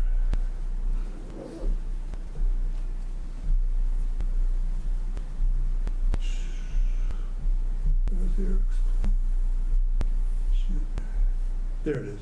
So on gross acreage, we're 9.08 acres gross. And that's after we've given Oakland County this piece of right-of-way that they don't currently own. So 9 acres gross, and on his gross density, it doesn't have it listed on here, but it comes down well into that 2.5. That's for each side individually, for the R2, for the R3, and for the whole thing combined. But it's when we get to this net density, we happen to be blessed with a huge easement for water main, big water main that runs through there, and lots of other things. The pond and this surface drive and a little bit of wetlands where the creek is that we're not planning on disturbing at all. Anyway, so that, I lose almost 2 acres of land that's really there. It's not gone. It's there. Its easement is open space, and it counts for open space, but it doesn't count for density according to that ordinance. So I stopped arguing with Eric and I accepted his numbers. We're splitting hairs. Yeah. Yeah. So. I got a couple of comments. So the reason I asked the question about the approximate square footage above ground is because I think most people have trouble visualizing, certainly from something this size, what something's going to look like when it's built. I mean, there's not even many single-family homes in Bingham Farms that are 7,500 square feet above ground. There's a few. All of the ones that we have are single-family homes built on anywhere from 2 to 6 acre lots. So I think one thing is I'm trying to visualize this is these are very, very large homes. I get it. There's 2 in each, but they're very large buildings. And we've got 7 acres here, and you do, I don't, but you have 7 acres here. And you're going to put 16 of these very large homes on about 7 acres. So it's just a visualization. Other than that, doesn't mean anything. But I also struggle. This is my personal struggle, that the master plan does have a density calculation. We've agreed that it is what it is, and it's over, but it's the maximum that's allowed. And I don't know. I mean, I don't see any situation in the village up until now where to get because what we've done here, what you guys have done here, is build a very large footprint home, and you've maximized the density by putting another large home on top of that home. So you've gotten the maximum density by going vertical. I don't know if that's for or against the master plan. It would be at least possible for me to suggest that maybe the intention of the master plan never considered going vertical to get such a maximum density. So it's a big building, and I'm just throwing out things. I can address that. I don't know if I have the picture. I don't want to search around for the picture, but in your master plan document, you talk about this site and also the backs of the sites behind some of the office properties along Telegraph Road as being suitable for townhome type developments, which are by nature 2-story. But they're single family. And they can be attached. Yeah, but they're single family. Yeah, so, well, these are single family too. They're just divided horizontally instead of vertically. Well, and that's what I said, to get density. But anyway, what I was going to say is, look in your master plan document, and the picture that you have in there, there's a building in Birmingham that's called the Dakota, and it's right off of Woodward, and it's probably 16,000 square feet. And that's the example that's sitting there next to this suggested townhouse, and it is a 3-story building with units, I think 2 per floor, and 1 unit happened to be, there's I think 5 in the building. 1 unit picked up the whole floor. And so there's, 2 units, 1 unit, 2 units, 5 of them. It's a 16,000 foot building, and that's what you put in the master plan as an inspiration for what these attached townhomes were to look like. And again, I can't emphasize enough, when you take your friends for a tour around Bingham Farms, I highly doubt you take them out to Telegraph Road and show them how wonderful of a telegraph is, but they're nice tax-paying office and medical buildings and things like that. This just happens to be residential, and I just feel that the time is now, because the demand we're getting for these types of units, the quality of Bingham Farms and Birmingham schools and closeness to Birmingham and walkability from here into the rest of Bingham Farms. So my homeowners will probably want to come and enjoy the streets and the subdivisions in Bingham Farms, and they're going to love them. But that I think is, you got to make a mental shift to, it's still Telegraph. No, well, okay, so that's fair. Yeah. So just a couple other quick comments. So you're going to clear cut the property. That's been clear all along. Was there any consideration of trying to save any of these heritage trees? I've walked the property. Most of it's a bunch of overgrown brush. Yeah. But there's some what I would call heritage trees there. Yeah, I have my eyes on them, and we get into it. They've all been tagged and categorized. That was one of my questions, so that's good. They've all been tagged. Yeah, but we've got to go back, because it was when they did the other development some years ago, so they've grown some, and maybe some have died too. But we're going to look and see if there are some opportunities. That's what you say, yeah, but I can't guarantee it at this point. So you mentioned you're going to build properties as sold? Yes. And so you build 2 or 3, and then there's no sales. How long can you sustain this without selling one? For a pretty decent amount of time. So the way that we would intend to develop this is, it would be a complete site from the outside looking in, really at the end of that 8-month schedule that I have. All the berms are established, the trees are planted, there's screening from telegraph, the road is in, and the fact of whether the buildings are there or not is going to be sort of not really all that relevant or important. And what we will do, though, is each of the sites will be graded and seeded if they're not immediately going into construction. And we, with the association, as long as we're still owning those pads, will be supplementing as a developer in order to keep them mowed and clean and free from debris, so that the homeowners that live next to them aren't upset with them. But like any privately held company, we could suffer economic disaster, things could happen. I can't deny that.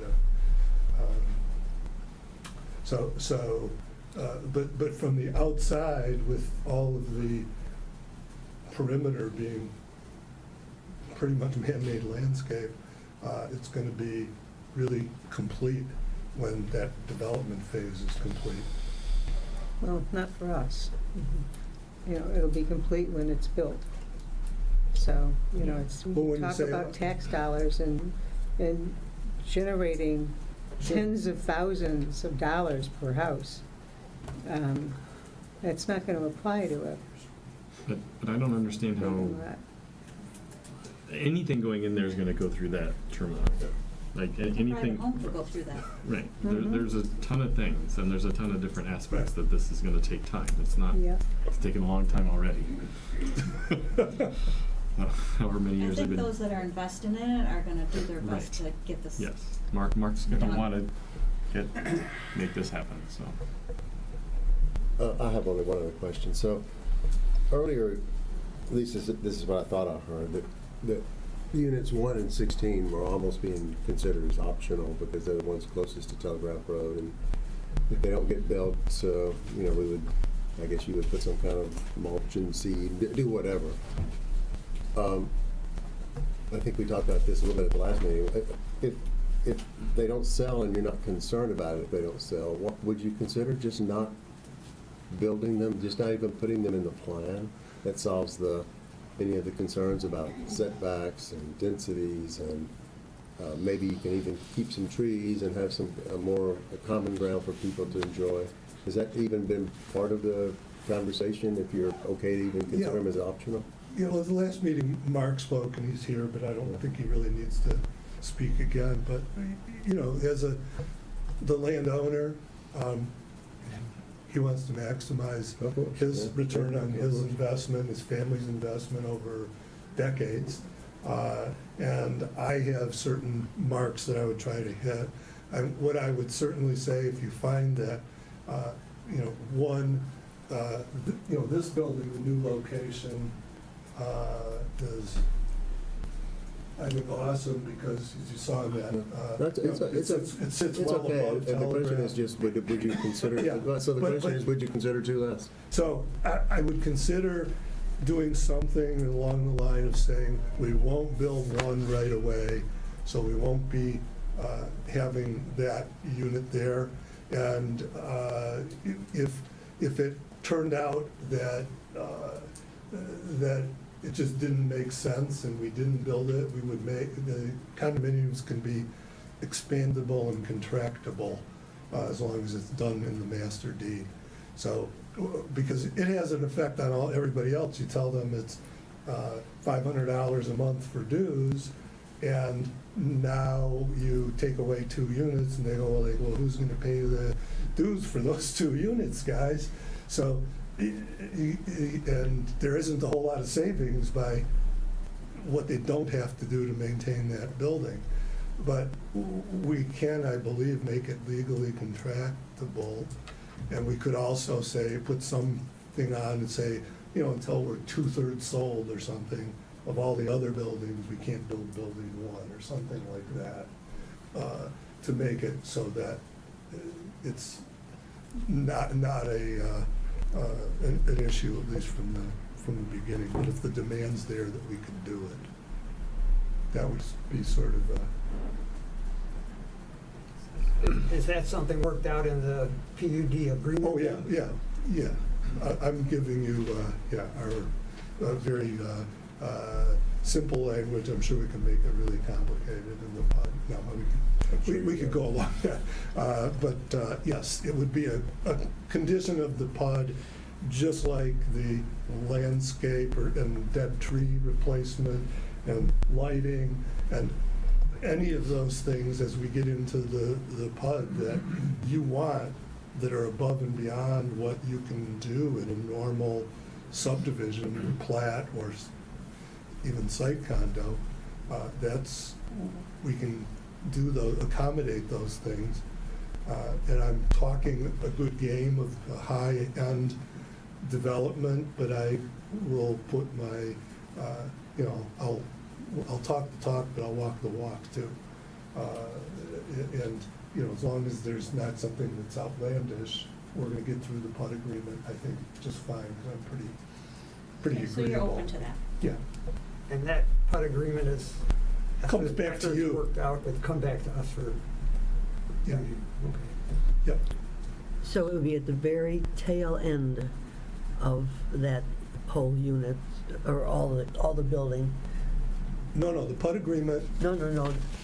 oh, the Building unit number one. Yeah, I don't think they say it has to be the last unit, but certainly a performance standard that we've got, say, 2/3 of the buildings constructed, and then we can do building one. I would even be able to say we won't do it unless, it's got pre-sales in it, so that, So people know what they're, yeah. And so it's not gonna sit vacant. I don't want that any more than you do. So you would Less never than build, you do. you'd never build one on spec then? I would, but I'm saying if you're concerned about it never being sold or occupied, I'm willing to wait to build it, and I'm willing to put a condition in there that they have a sale attached to it of at least one of the homes. So that, So your model then would be either 2 or 15. probably this or this, yeah.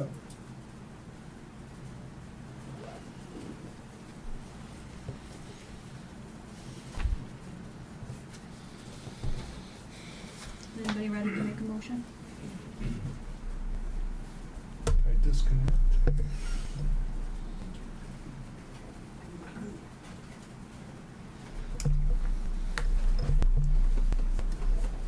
So I'm thinking of what to modify based on what we just talked about. And I think that's the only, I make a motion, we approve this PUD plan. I guess the only things to add to it are the things that were discussed tonight, which are clarifications around trees and work on trees. And for building one, that it be built later in the phases based on some math of 60% or something like that, and be sold to not sit empty.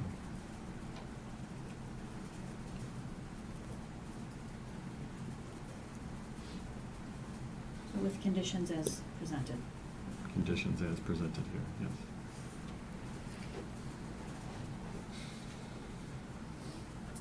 I'll second that.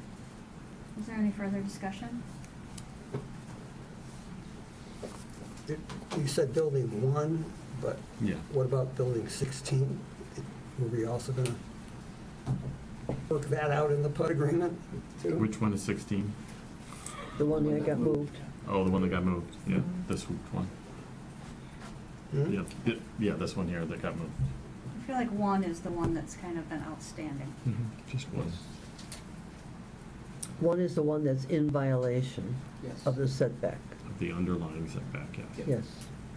But it's. 16 is no longer in violation. And if you, in the end, you didn't do one, there's not a density problem, but if you end up doing it, there's still a density Mhm. problem.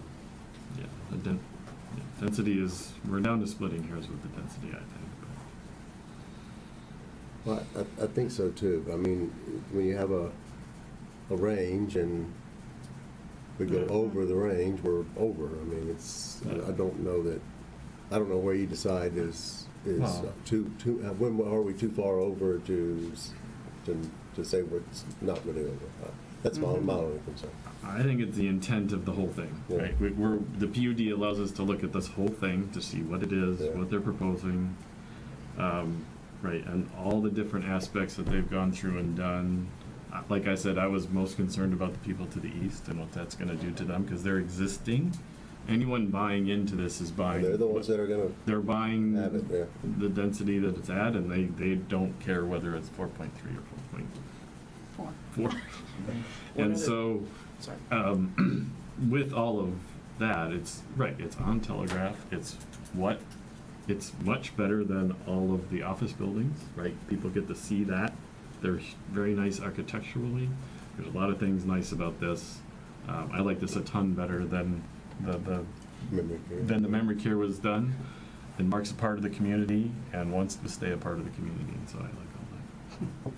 Eric, you had something? I was just going to say, one of the things that we took into consideration when looking at the density is that the PUD ordinance states that density is to be taken by net area.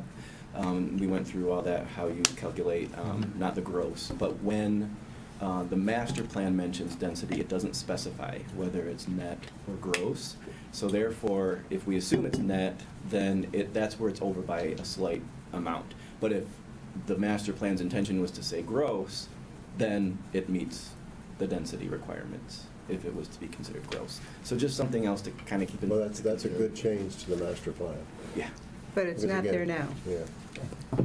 it's not there So now. Right. No. And just to be, just be perfectly transparent, I guess. There's a few of us in this room that have lived through developers doing things like leveraging density, buying two properties that had a connecting boundary, and that's the way they were trying to get around how many places they could build, and so, people are looking to make money. I get it. We all do. But there's been a few in this room that have had some bad experiences trying to defend against that. And I don't know really still, although, like I said in the prior meeting, I'd love to see this property develop, is that we don't do something that 2 years from now we would regret, because now we got somebody else in here wanting to leverage density. Oh, it's not too much over, but it's a little bit over. The setbacks aren't too much encroached, but they're a little bit encroached. So you just get into all those things. The truth is, there's not a lot of undeveloped property in Bingham Farms. But I will tell you, over time, what's to prevent somebody from buying 3 houses next door to each other on Bristol Lane and tearing the houses down and doing something like this? They cannot. Yeah, you can't No. do that. But, well, that's what I Yeah. want to hear, so they can't do that. We have a lot of you can't do this, but we still do that. Yeah, we still do it, Yeah. Yeah, it's specific to Telegraph. Yeah, Right. it would probably be one of your office properties on Telegraph that someone would come and buy it, saying, it's like, we can't Yeah. lease it, we can't get it occupied, Well, and it's old, let's knock it down and let's build a house. But believe me, it's been tried. Yeah. What we just suggested has been tried. Well, and also the master plan is like a living, breathing document, right? It's looked at every 5 years. So we're gonna discuss tonight changing the master plan. So, it's not something was set 50 years ago and it hasn't changed. I mean, as times change, it does change. And, the building sitting next to us, I think there's pictures in the master plan of it being mixed use with retail underneath and living space up above, which is something that probably 50 years ago, nobody in Bingham Farms would have entertained. So, I just want to throw that out there as well, is that, as times change, the master plan sort of changes along with it. And we'll see that in action tonight. I think you read what our goals are as trustees and what we're charged with doing. And it's to keep the culture, the character, the safety, all the aspects of why people come here, why they want to live here. It's not because 6 acres have 16 8,000 square foot buildings on them. It's because the yards are spacious. There are natural boundaries between them, not fences. We've got beautiful shrubs and trees. Not a lot of hedges, not a lot of arborvitae, but, you know, arborvitae is not landscaping. Yeah. Arborvitae is just plant a tree. You know, it's not the same. And I think what we want to do is make sure with the master plan is that we don't give up everything. I don't think we need to give up everything. I think we can keep what we have, but we have to look at the rules. There's a reason why these numbers are there. Everybody has their own vote and their own perception. I just hate to see us marginalizing what a lot of people have followed. That's all. There's a first and a second, so I have to make sure that the conversation sticks Yep. to what the motion was. Yes. Yes. So there's a first, a second, discussion. Should we do roll call or just do motion? Motions. Okay. So all in favor? Aye. Any opposed? Aye, no. Two. Motion passes. Thank you. We put our trust in you, Terry. I appreciate it. Oh, geez. Yeah. Is that dangerous to do? He's a, Next, I'll we're- do my best. thank you for waiting. Next, we're gonna move to the Timber Trail Bollards discussion. I added this because a resident had approached Ray. I'll just give a little bit of a background here. A resident approached Ray, and Ray approached me about our ideas for the Timber Trail bollards, which were voted on last month. But with the new idea that was being brought forward, we're still very much within the bounds of what we were voting on. The residents along Hickory have come forward and said that they would like something a little more aesthetically pleasing than what was proposed. I think a lot of what we were thinking about was the cost, but I do feel like the residents have come forward, they have ideas, and they would like to put those ideas forward and that we could reconsider what we voted on last month, and they are here tonight. My name is Mark Milner. My legs are falling asleep on my guys. I'm from 23520 Shagwood, and just as you were saying, and Kathy were saying about the essence of the area and the environment is, right now, just the general feeling is the ballards that we have, or what are they called? Bollards. Bollards are Pretty ugly. they're the yellow, commercial-looking bollards. They have red reflective tape on them. I went through, I'm a designer, I used to work for Ford and retired, but that doesn't mean anything here, because I'm not a designer for landscaping, but I made a similar condition. I put 2 stone columns on either side of the entrance, and where the yellow ones were, I turned them into more of a kind of a brown with a brown post, so they're less. They blend more with the environment, and so it looks like this. I put 2 fences on either side to prevent machinery or anything going around it. So it's just meant to be cleaned up and look more like it's part of the neighborhood. So I can pass these around, because I know you can't see them. We have We them. have it. Packet. This one here? Yeah. You got them, okay, so Yep, Jamie put them in her can I packet. pass these to Sure. Yeah, so the intention was that most of the time when I'm taking my walks through the neighborhood, this comes up because the tape's going everywhere, from the bollard to the trees. And it's just, it just needs to look like a cleaned up entrance that kind of matches some of the other fences in the neighborhood. Going down the hill, coming up the hill. It's the one coming across from Shag, when you come out of there and there's a nice wooden fence. So that matches that image. It So looks if you nice. would like to see it, make a It looks really nice. Are you proposing to go on both ends?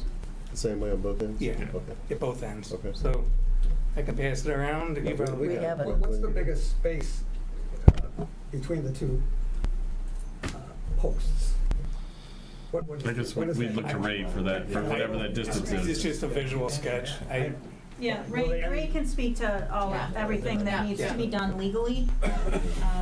Well, We can't get a car my through concern there. is we don't want a little car to be able to sneak through the opening. Yeah. Thanks for doing that. Motorcycle. And it has to be handicap accessible and all that, and Ray can speak to that. So, as Lisa said, I received that image from one of the neighbors on Hickory Hollow. I'm not going to say which one, but I didn't. Near my house, it looks like a police line. Yeah, it's a bit Let me just clarify one thing real quick. So in the beginning, they said, oh, you need to because it's gonna block traffic and it needs to be visible and blah, blah, blah. Mhm. I don't think that that's so much the case anymore. And then, we had them stolen, which is why the caution tape ended up there. We don't like the caution tape either, but, we only meet once a month, so things are slow. But yes, I agree with you. It doesn't look good, but unfortunately, our first stab at it, somebody stole 3 of them. I will say, So, if I may, yeah, those bollards that are on each side, they're not even in the ground. Yeah, Someone could also steal them if Right. they want, just pick them up. Yeah. Because they're not even screwed in. some of the Just let you bolts know. Yeah. have been taken out. One by mine, there's no bolts in it. Right. It was stolen and put back. Oh, I know. Yeah. So. Well aware. Right. So, I was looking up. I looked at your photo, and I was just looking if I was to DIY it myself, because they make those kits at Lowe's for like a column that you could buy that comes with a cap and everything. So I kind of got prices on my own, and then if I did a pressure treated wood versus like a vinyl PVC based wood, and then something that we were thinking through is the bollards. So we have a water main running through that walkway and then a sanitary as well. So we need removable bollards at least on one end, so that if we ever needed to service that, we could. So yeah, those are really design thoughts. So then I got a hold of Jerry Johnston, who's basically does the landscaping for the village, and here and there he'll do some like odd jobs. And he gave us a price which was pretty spot on to what I was estimating at about $4,000 to $5,000 a column. So if you did one side, it'd be $9,000 to $10,000 or $20,000 if you did both sides, which I thought was very reasonable. Like if I was to buy all the tools and do it myself, it's getting pretty close. The color of the bollards can still be more neutral color though. Oh, yeah, absolutely. So the big thing I'd want to make sure we have on the bollards is a reflective strip, because if someone's driving at night or drunk driving, there needs to be something that can blind them at least a little bit other than the signs. And then the other thing again is if we did put removable bollards on one side, we would still want to have permanent ones on another side, because people have been stealing them, and so if they steal them on one side, they're not really going to get very far, not being able to drive their car through. And one other thing to think about is maintenance. So we want a mower to be able to get around. So just when we measure that out, we need to think of how a zero-turn mower could get in there. So that was really the big design sides. But after talking quite a bit with Jerry, I mean, this is all something he could do. He wouldn't even buy a kit. He would assemble the columns himself, and he gave us a really good price. All the materials we talked through, putting footings and stuff. So, because these columns need to act as a structural member as well. So we can't just put a decorative column. A car needs to be able to be stopped if it, God forbid, hits it. So, it's up to the village on if you guys think it's worth the money to. But, I like that this is coming from the residents that actually have to live there and look at it. So I just think it's worth talking about, and I thought it was nice of Lisa to give you guys the podium to do that. So. I appreciate it. I like the idea a lot from the perspective of when we were talking last time.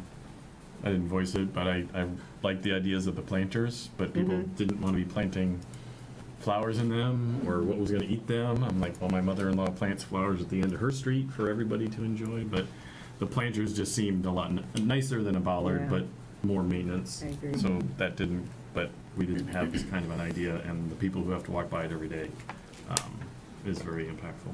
Yeah, these are very, very nicely done. I agree, yeah. Yeah. Much more the character of the village. I was thinking last night too, like, these bollards are not the character of the village, which we hear so much about, but that's what got You voted don't in, like so. McDonald's? I don't like the McDonald's bollards at all. So, I just felt like the residents are coming to us. We need to listen to residents. I think it looks 100 times better. The cost is not much. I think we should do it at both ends, because if we do it at one end, the other people are gonna come Yeah. and say, Right. hey, Because it's double. Yeah. how come you did it at that end and not our end? And the other end is the one that most, like, people driving through the village are gonna see, because that's the But one off I think of we should do Bingham both Road. ends. Yeah. And again, still stick with what we had talked about last time, the one end is permanent, the other end is removable. And we could get the same kind of bollards and just cast them different, so one we could cast over the bolts, and then the other one we could have basically exposed bolts, so if they needed access, they could. Or we could use locks. I mean, that we have movement with, but really the big thing was the columns. Mhm. Right. That'd be an aspect that would change. So our idea is to make it so at one end you cannot move the stuff, so if they decide to move at one end and they drive to the other end, they're gonna turn around and come back. I think people will learn pretty quickly. Right. And is the plan to mow the grass On the sides, I believe. on the sides? Or, I'm not, Timber? yeah, no. Don't think At we're this point, finalized we're that not discussion. maintaining the pathway. It's gonna get long. Right. It's up there now. Yeah, the pathway we really can't maintain. I know people wanted us to shovel it and blow all the acorns and that kind of thing off. Our attorney has recommended us not do that, because once you start doing it, you become liable. It's the same reason why we don't plow sidewalks on Telegraph, or 13 Mile, because once you plow the snow, even if it snows 5 minutes later, if you moved what God put there, then now you're liable. So it's the same thing with that. If we blew it, in the morning and a big windstorm came through and made it full of leaves and acorns again, we would then be liable for anything that happened on there. So we're leaving it natural, but, it's all brand new, so we'll see what the sides look like. I mean, Yeah. I get we the want it to liable. look nice. But the grass, But, when it gets, yeah. when the grass go in the middle of summertime, it's not gonna be a beautification path anymore. Right, Yeah. right, right. It's gonna look ugly. Right, but we're just taking one step at a time, so we'll see. But yes, we want it to look nice. I mean, So- personally, I would love to have it even turn into more of a Will the spacing park, be such that it, environment. what will the spacing be? Between We the don't have any bollards, property that we own here, but between the bollards it's a lot that could themselves really and be done between the nice there. bollards and the two piers on each side? Are they If we had wildflowers instead of grass, small, is it small enough? that so way it would be like natural any and it little would car be can't sneak through? somewhat That's my contained. point. It's gonna use your car. Motorcycle, maybe. Motorcycle's fine. Frank, It's the same as, it would be the same as what's there now. Yeah, you want about a 3 foot, because Yeah. the thing we think about is like a bike. If a bike was to ride through, they're not gonna smash their handles into it, and then a wheelchair needs to be able to go through, driving forward, I mean, 3 foot is fine. yeah, right. I don't, And a carriage And going the road right now is 10 feet, so it was shortened to a 10-foot width for the entire run of the walkway, rather than hot road. okay. If a motorcycle The goes through, main we'll outside address town it. would be on Motorcycle the will go through. If a bike goes actual through. sidewalk, Yeah. and that would yet to be determined, right? That would be determined, yeah, I would need to measure it out and make sure Okay. the map works. But yeah, either way, we're gonna have to have a footing, whether it's in the green, whether or not. How wide would you need then for a zero turn? 42 inches? For a zero-turn mower, Yeah.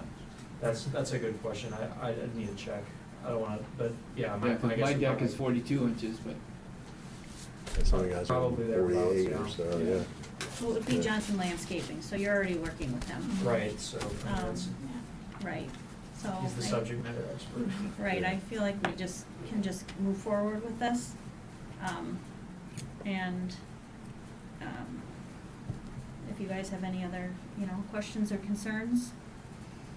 No, I think the rendering is wonderful. Yeah. Very, very, in keeping with Bingham Farms. Yeah, Thank you. agreed. If you do see a motorcycle going, like literally, I'm not kidding, like, please let us know, let the police department know. We did recently put the signs up now, on purpose to say no through traffic, so it is enforceable now. Never really imagined people would do what they did, and then it was not enforceable because there was no signage telling you not to go But now around. there is, yeah.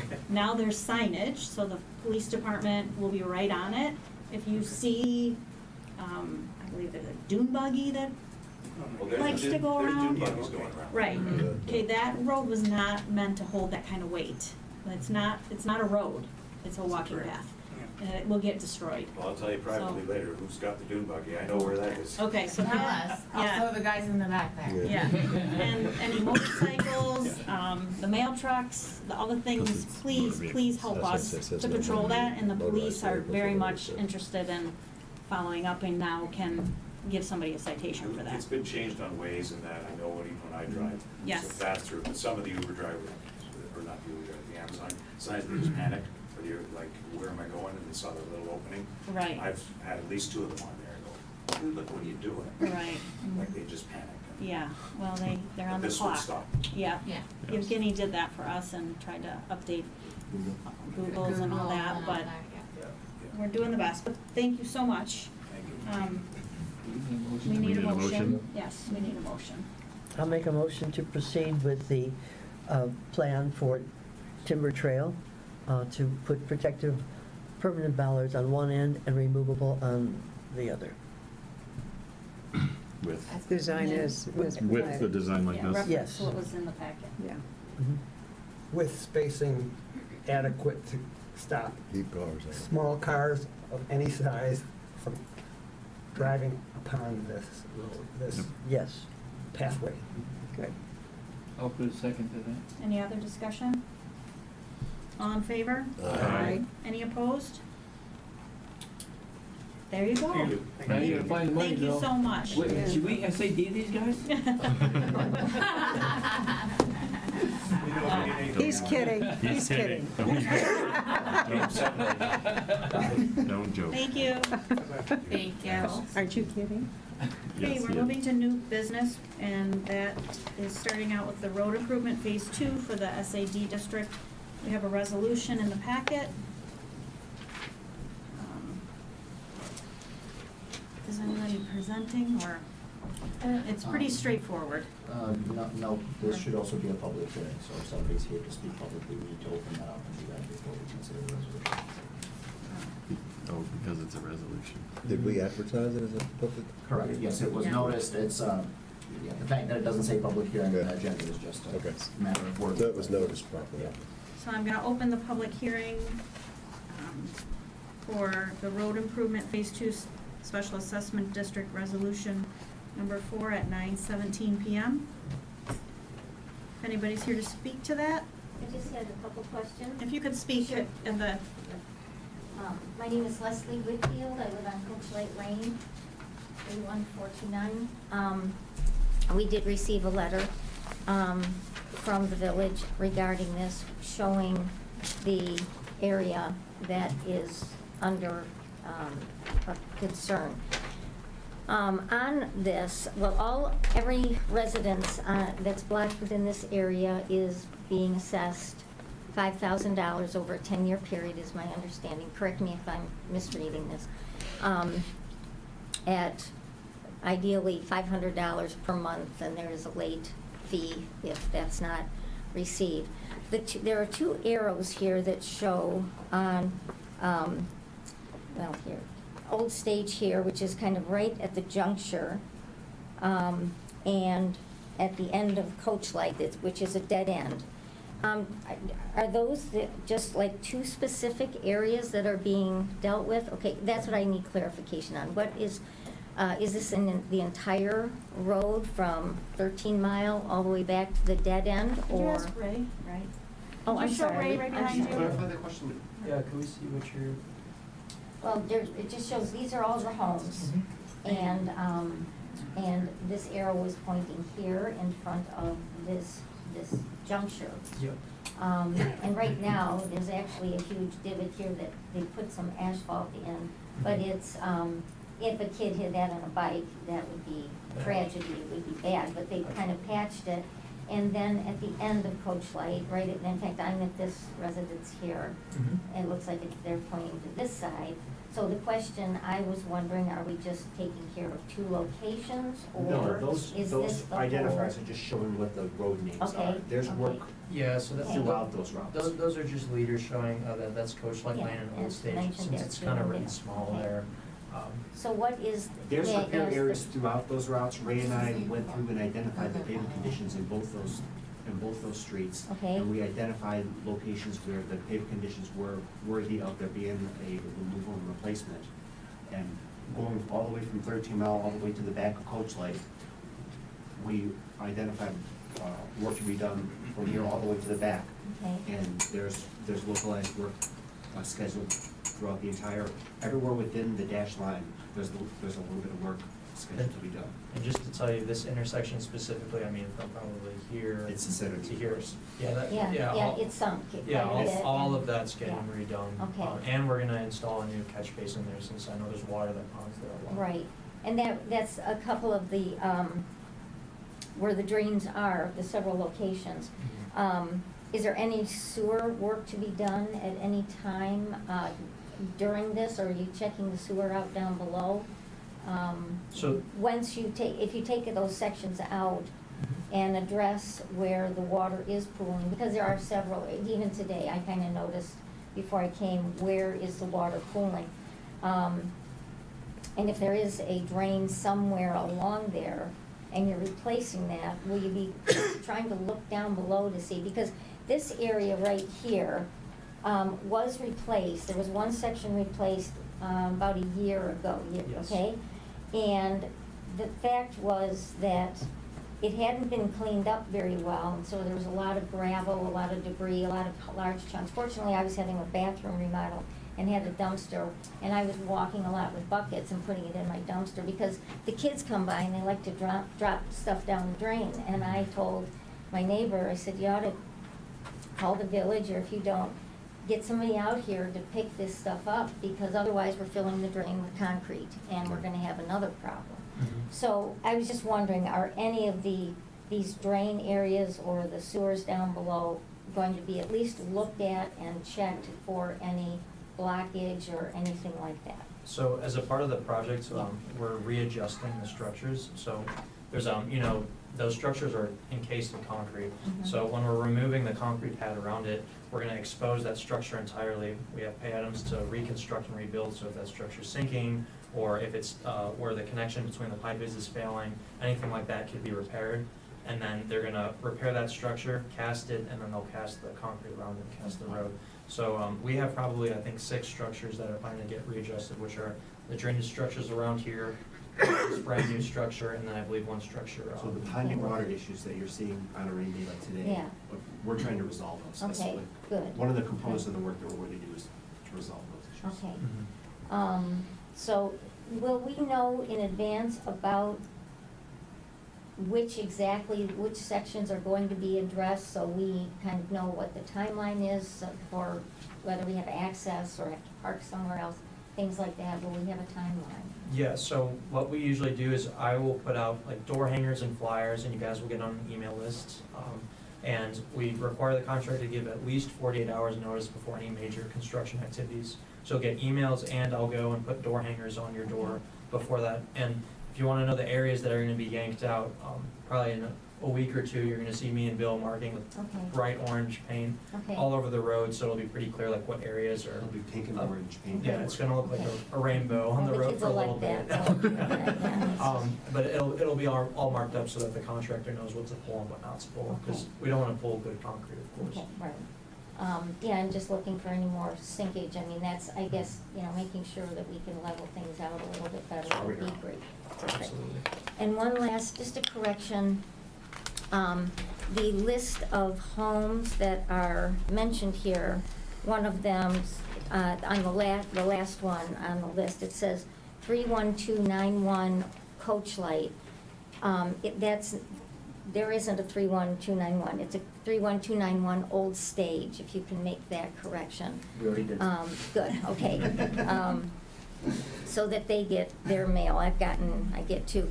And my husband and I built the blue house on the corner, and my daughter and son-in-law and family live there.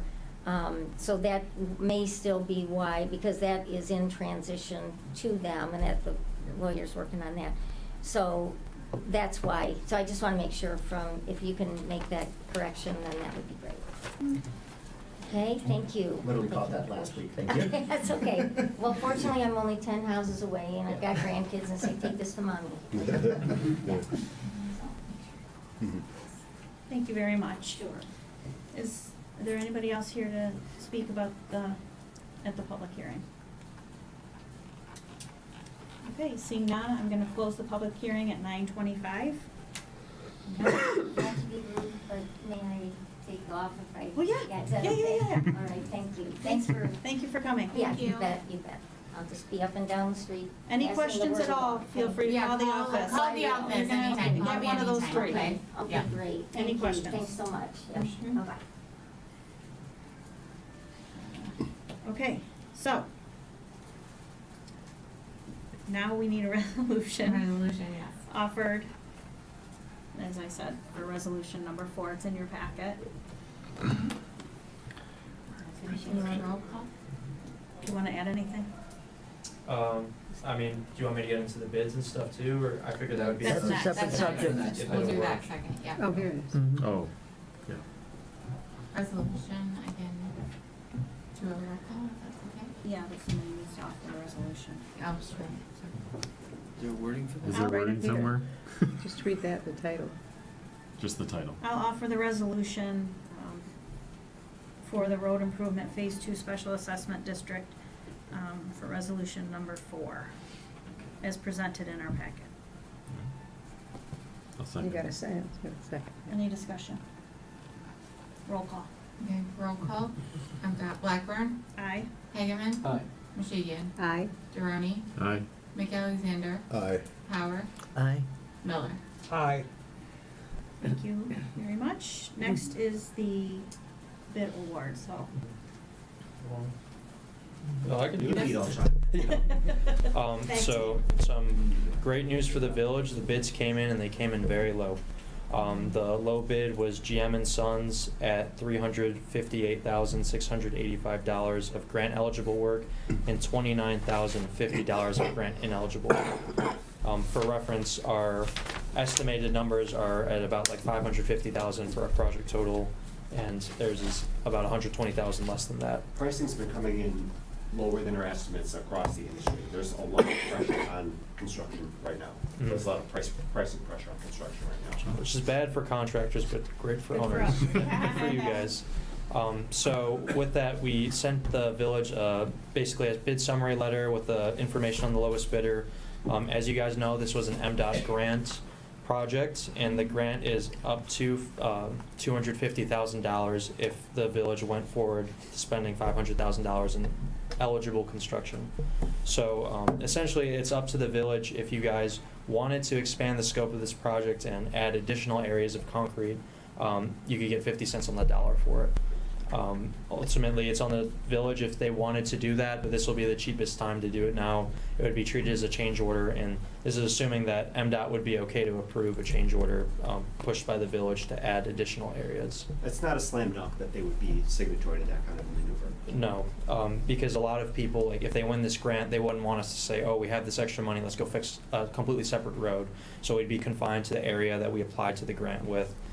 So basically any areas of concrete that we didn't deem were the absolute worst, because it's basically an order of how bad the condition is, we would add those areas, present it to MDOT, and see if they even approved it, assuming the village wanted to move forward with that. So that's kind of where we're at right now with the bids. Are you aware of any areas that should be looked at? When we were identifying what the scope of these repairs should have been initially, when we were identifying to extend this program before, Ray and I saw a lot of concrete that in paving utopia we would have removed and replaced if we had unlimited money. So yeah, we could go in, and if you wanted to pursue this, we could go in and identify more you know, more pavement to remove and replace as part of Did you this program, present if you that, wanted Ray? to do this. Did you tell us about that? About those other areas that might be vulnerable, could use it? Well, so when we bid the projects, if you remember, the goal of the project was to hit as close to that $500,000 as possible. So say I got us at $600,000 worth of concrete work, if that's where the bids came in, it'd be up to the village to offset that, you know, extra difference that isn't grant eligible. Yeah. So that was kind of the intent of the project. There's always more road to be fixed in areas, but it's kind of the order of magnitude, like what's the worst, what's not as bad, and you kind of work from there. So will the existing project look very patchy? Yeah, well, yes, it's a By concrete definition, patch it's gonna be program. like that. Yeah. And so if we allowed more concrete work to be done, would there be longer spans without the patchwork? Because It will still be patchy, but it will be less patchy. Right, so if you have 3 slabs pulled out and 1 slab in the center that we didn't remove because it wasn't that bad, we would have room to remove it. But of course, we're not gonna remove good concrete, even if it's gonna look a little patchy, because it's just not right, you know. But it's also worth noting that the nature of how that we're identifying our removals and these repairs were to not create a bunch of patchwork quilts. I mean, we were trying to do this in a smart way, so we had big contiguous areas of good concrete that we work with. Such as the intersection, which is Yeah. like the worst of the It's a worst. I mean, disaster. there was no amount of patchwork that was gonna work there, you know. We'd leave 1 patch in the center that they had maybe done 10 years ago, it wouldn't have made sense. I looked at your expertise and that if you were, you know, on one hand, 50 cents on the dollar is enticing, but it's also, More hey, money. it's more money for us, so Yeah. cheaper is better. Yeah. But the other side of that is if you didn't have the $500,000 idea in your head and you just went out and assessed this road for what's good to fix it, would you have come up with something around $500,000 or, oh no, there's $800,000 worth of work to do there and we really had to limit what we I think we have a picked? good program here. As is? I don't think you need to chase the money. And I'm a hypocrite. I mean, I shouldn't be saying this. I work for HRC. That's why you're going to continue to be employed. You just saved us $106,132. When Ray and I went and laid this out, what I said to him was, we got a program here. Yeah. I mean, we got something. Yeah. And that was without going to chase after money. Okay. And I said, we have something, so I don't think you Yeah. need to. How confident are you in the contractor's ability Yep. to You've got a good do? one. They do feel good. GM and Sons are like the kings of doing concrete patches. Really? Under, yeah. We were very happy to see that they were the low bid. So. Okay. So what you're saying basically is that pretty much everything you put together is what needs to happen, and there really isn't anything else that, as you said, you got this area and then a small spot in the middle that, well, we can, but if it's fine, we'll leave it. Yeah, the areas we have. Right, but I think you understand what I'm saying. No, I do. The areas that we have outlined now are by far the worst areas. We could always expand the scope a little bit. And also, we don't need to spend $100,000 to hit the 500 range. Like if there's maybe $20,000 worth of patches that we add to this, you know, $370,000 bid that we got, then you get that at 50 cents on the dollar. But you don't need to buy something just because it's on sale. We don't want the village to think that we're just gonna rip out a good road, you know, 'cause that, it's just, we wouldn't. So I guess the question is, are there a couple of sections that you felt that, okay, this might be, or this is an area that, yeah, we probably should throw some money into this one. Bad case of language, but we should really do this. We think it was okay, but now that we've got some, little bit of leeway, let's do this for, as you said, another maybe 20, 30,000. I mean, You can always expand the scope a little bit. I mean, we had to. But we is had that to stop at within some change, within change requests of the proposal of $20,000-$30,000? yeah, if we were to add like $30,000 from what we won the grant with, that would be a lot easier to tell our grant coordinator than we want to add, you know, 50,000 or 100,000, which I don't think we need, you know. Will the HRC cost go down? With the, well, our cost is just, we bill by the hour. It would so- scale, I mean, it's Yeah. gonna scale with the size of the construction contract, so it's gonna go down with this, with your, Okay. with your job going down. Okay. So, yeah, it is. So I can't, we had an estimate of what that was going to be, I can't recall it. It's like 111. 111, that's So now we would have a So that could come new, down some. So it's gonna be less. Okay. do you, for budget purposes, can you tell us what? I don't know the answer to that. I didn't prepare it first, Okay. but I'll tell you it's gonna be less. I mean, how could it not be? What I do want to let council know is Ray sat down with me because we had a file, I had a file with the state for Act 51 and put in road projects, and we had to do all three based upon what we knew. And one of the things that Ray brought to my attention was that at this rate, that's a concrete road, the lifespan on concrete is longer than what it is on a mill and fill with asphalt. Right. So if we are able to pick up and thinking about doing another $20,000, we're looking at doing that at a reduced rate, help maximizing some of the grant. And I agree with Bill, we don't want to chase money that we don't have to spend. I'm totally against that. But looking at the longevity of what we would get, it's, you said 25 years on concrete? Yeah, Something like 25 that? years, especially. So you spend in today's dollar, which we're getting subsidy if they approve it, and you've got longevity of that stretch or those patches being maintained and being there for a longer period of time for the village before they need to be completely redone. I'm confused. I thought you said that we got a good number, we got a good project here at the 387,000 or whatever it is from GM and Sons. Yep. So why are we adding 20 or 30,000? No, I'm just saying, for council just to consider that if you do want to decide to do that, that the longevity of concrete is longer at today's prices than doing it. But if it doesn't need to be done, it doesn't need to be There's, done.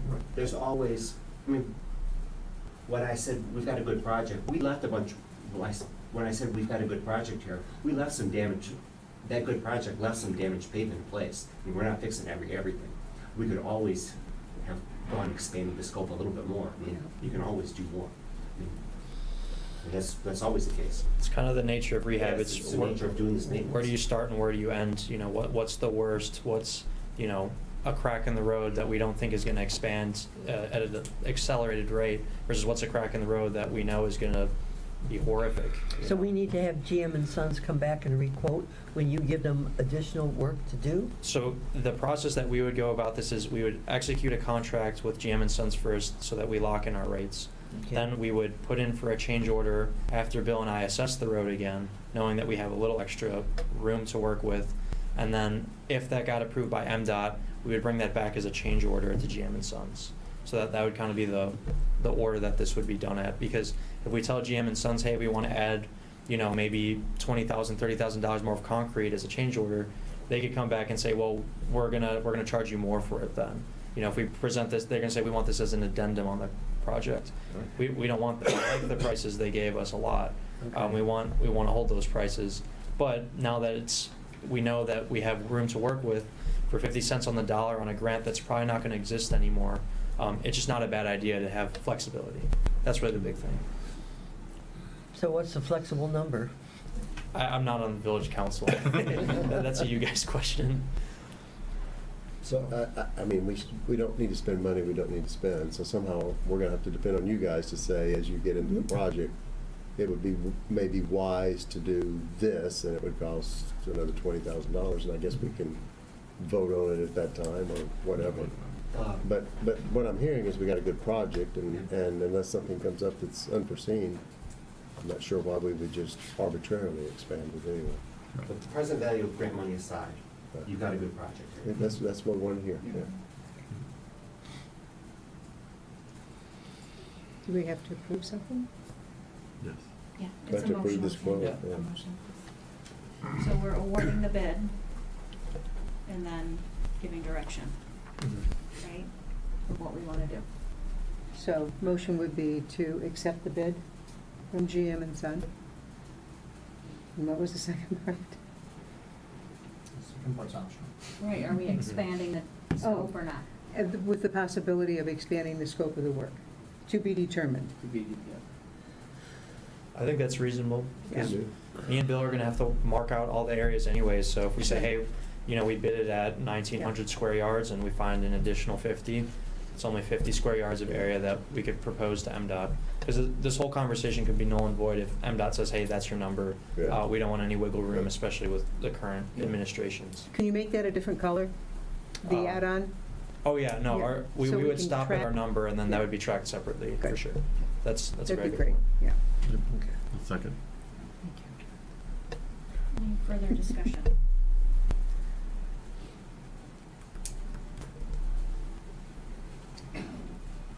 All in favor? Aye. Any opposed? Motion passes. Good? Thanks, Cool, guys. yeah. Thank you, everybody. Thanks. Thank you. Thank you.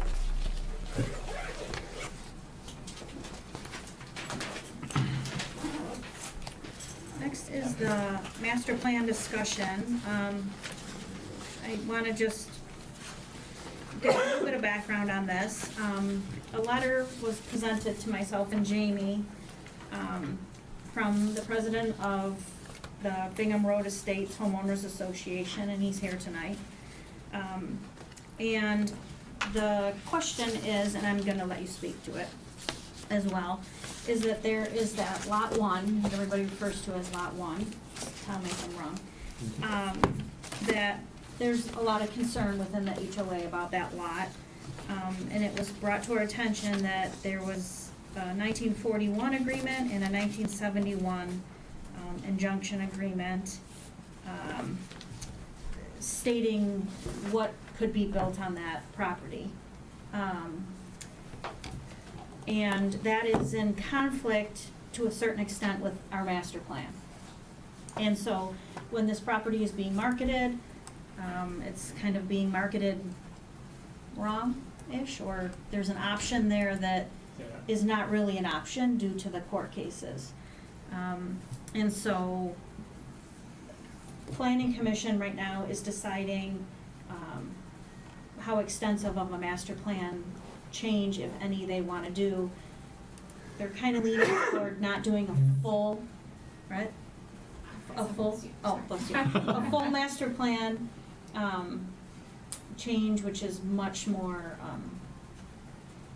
time intensive, much more expensive, but there are a couple of things that need to be tweaked. So I think this would be the perfect time, although I think that the court documents would stop anything that would happen there, but I think just for clarity and peace of mind, it would be good to change the master plan to reflect more closely to what is legally allowed at that site.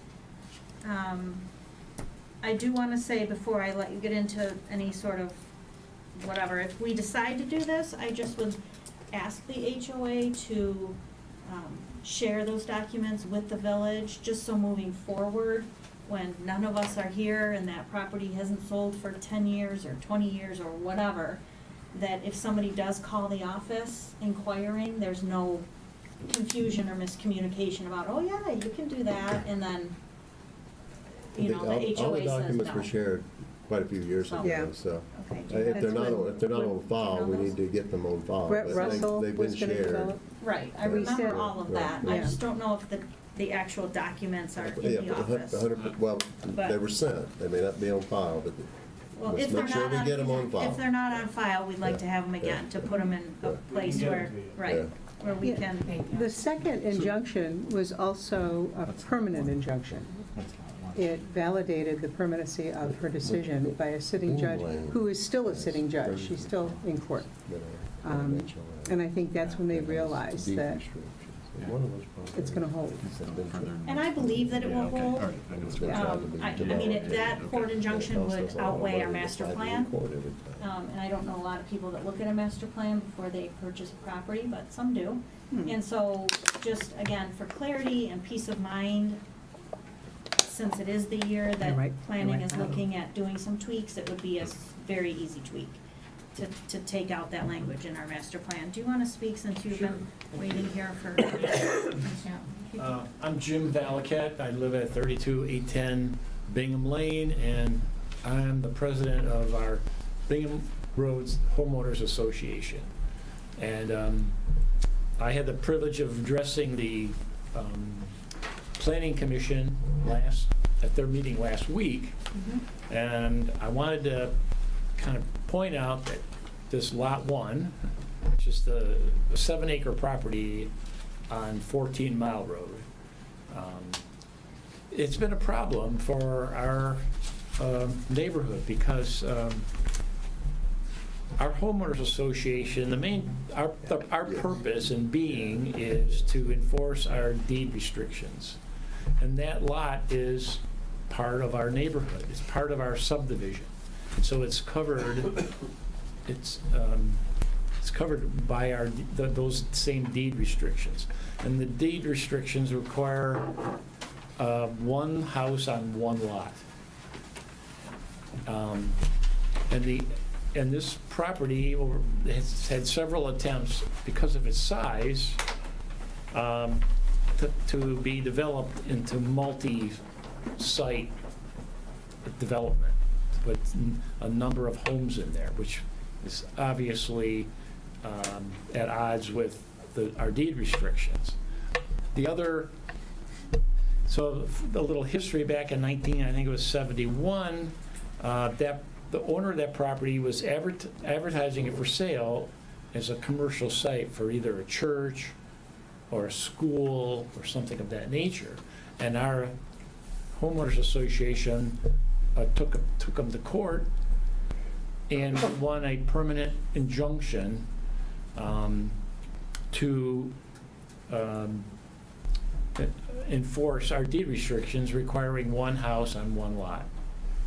And so, and that runs with the land, and so our problem is there's a sentence on page 45 of the master plan that designates that property as suitable for homes of 0.7 acres. Right. So in other words, you're like encouraging somebody to think of that as a multi-site site. And, we would like that sentence, that little paragraph struck from the master deed, because it's could be confusing and kind of gives the impression that that's available for a multi-site development. And we want to keep it as a single-family home or site. So that's kind of where we are. It's just wrong. Yeah. That's how we are. So, wrong. by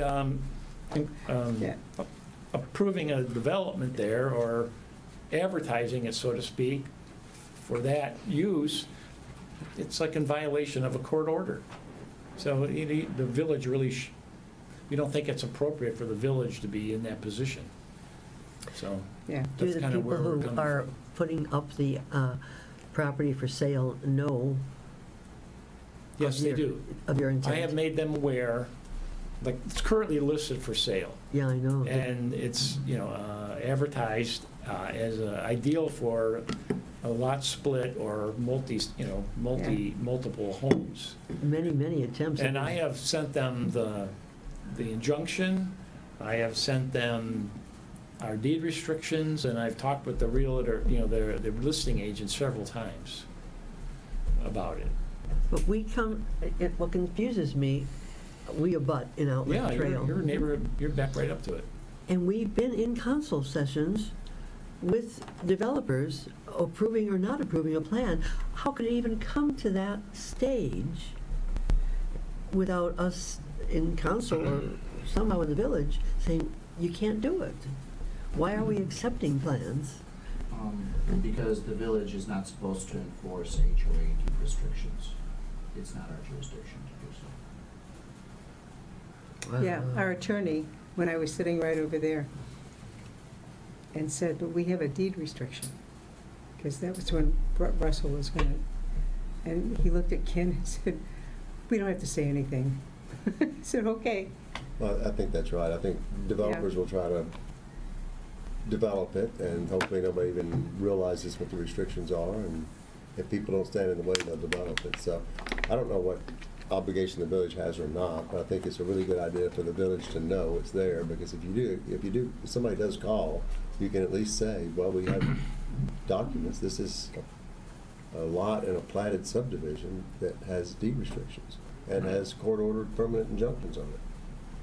And for reference, even though it's not our jurisdiction to Yeah. enforce something like that, because we here at the office are aware Yeah. of those things, if somebody ever contacts the office on Lot 1, for example, while it's not my job to tell them, hey, you can't do that because deed restrictions, I can say, hey, there are deed restrictions. Here's Call Mr. Yeah, Valicat's that's contact correct. information, talk That's to the HOA correct, yeah, president. yeah. So, Perfect. so I do give them the relevant information if that comes up. It's just not our job to police that. But the question at hand is the master plan, and should Yeah. we take that verbiage out of the master plan? Right, and again, it's not our place, I guess I understand there that it's not our place to enforce HOA deed restrictions. No, that's- But it's We're also. not asking you to enforce. I know, I'm just clarifying, that's not what's being asked. What's being asked is, does our village vision and direction desire that property specifically? Almost? yeah, It says it 14 does Mile in Road, master like. plan. Well, I'll read it to you. The Yeah. category is also recommended for property abutting 14 Mile Road immediately west of Outland Trail.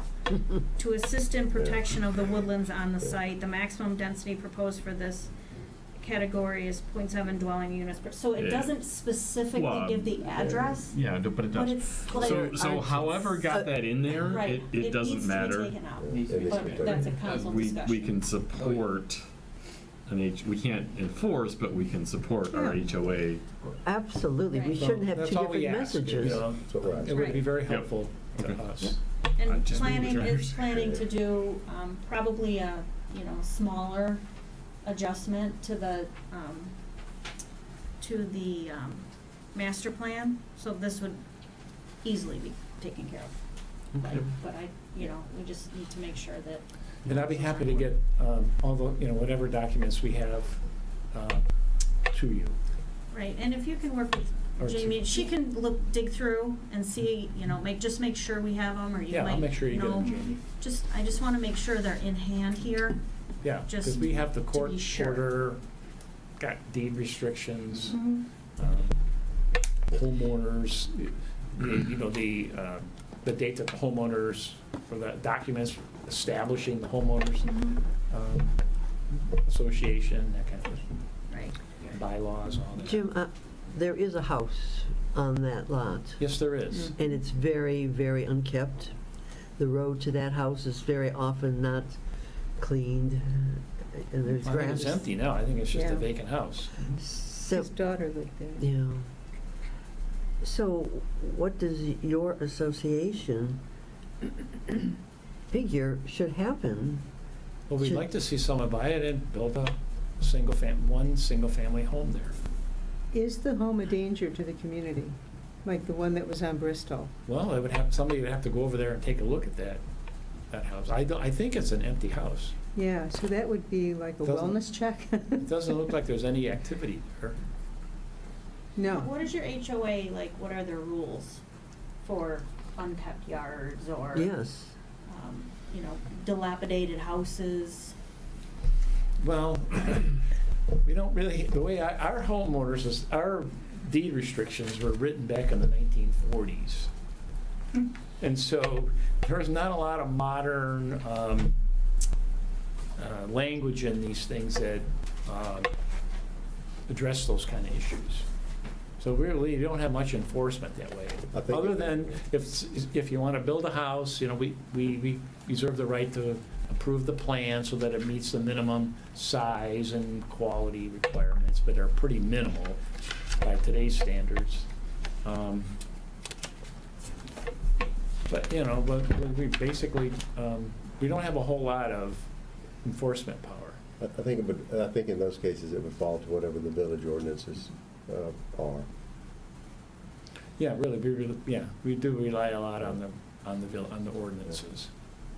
Yeah, I do feel like it should be taken down. I mean, I'd hate to see squatters get in there or something, and they're almost impossible to get out.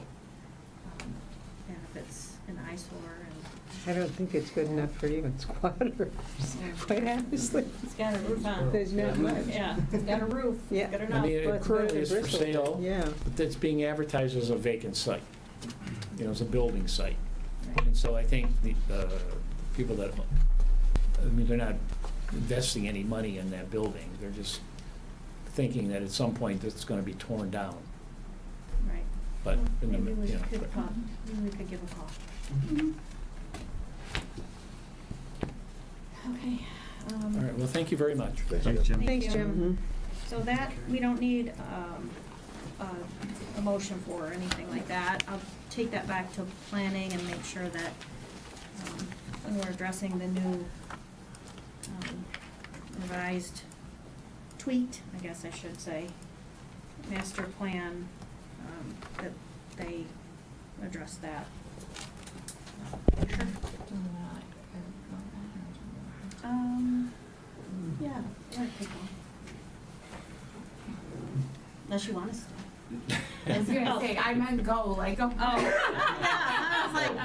No, I don't really have much to add other than just if there was questions about what the master plan update would entail. And so in your packet, we have this little brochure here that talks about just kind of the main points pertaining to the extent that you might want to open the master plan for revisions and updates. It could be a simple, few edits as we were discussing tonight, or we can get into more of what we talked about earlier with the PUD development and whatnot. So the purpose of me just kind of sticking around to get a temperature read on that is if you'd want to go to any other extent. But as Commissioner Blackburn was saying, the Planning Commission has had discussions on it. And as we go forward, the master plan is updated every 5 years. So the most current master plan is dated 2021. So you can either do an update or just a readoption of what's existing for another 5 years. But it sounds like there may be some interest in addressing some of the concerds that are currently within Can you do updates in between? You can, yes, yeah. Because I think at least from my perspective, the Planning Commission seems to be saying there's going to be some type of cursory review. Maybe that's good enough, but I don't know. What if we've talked about a number of other things tonight, for instance. Yes. What if we want to do more, and the problem is now the May meeting, we would have to get some recommendation, I presume, from the Planning Commission. And this thing has to be adopted in August, so we're basically out of time. You do have flexibility, so it's just that you're pursuing the process. So August 2021 is when the last master plan was adopted, and so the city would just be tasked with going through the process to update, whether that's 5 years from that 2021 date, or at least begin the process 5 years after that 2021 date. So there is flexibility in terms of how much you want to pursue, what that process looks like, and when a new plan gets readopted. Well, for me, I would certainly like to see language like we talked about earlier that was much clearer on gross versus net, on how people want to leverage densities. Yeah, we can look at that. Yeah, so maybe that's at least one other thing. Yeah. Sure. And I would encourage all of us to take a look at it. Yeah, I think I that's think right. you're right. Just look through It's this been thing. a couple of years since I've read Go it. through it. And if we have flexibility along the way. Yeah, I definitely want to go read it. Yeah, and so just so the council is aware, we take the master plan very seriously when we go through new applications. It is a reference point to give us guidance towards, meeting with applicants or developers to keep us in line with what the goals and objectives that were adopted by the city or the village in years past. So I just want to make that clear that, I hear and understand the concerns that were addressed tonight related to the PUD, but again, we use that as a tool so that we can uphold and maintain the standards and the character of the community going forward. And up to a certain point, then we pass the ball to the Planning Commission and to the Village Council to work through that process, and it is discretionary. So, I had a slight conversation with the village attorney, and he did stress that the PUD does open up the ability to be flexible. And so with the guidance of the master plan, the underlining zoning district, and the full analysis of that specific proposal is what brought us to the Planning Commission's action on the item to be brought forward and forwarded to the Village Council for consideration. So I just want to make it clear that we are working through this process the best as we can, as to our ability, and that a lot weighs on the master plan that's before us. So. Then it better be clear. Are you familiar with master plans of other communities? To some extent. Would you say that our plan is less or more detailed? I wouldn't say it's more detailed, but I certainly understand the need for clarification on Clarification. something like the density that we talked about, yeah. Okay. So we can certainly work on that, and it's a planning commission assignment, so to speak, for the planning commission to go through that process and introduce that process. They can certainly, correspond with and work with the village council as they go through that process, but it is per law assigned to the planning commission to begin that process of deliberation and to what extent that we would help consult and get clarification on the areas that the village feels is necessary within the master plan.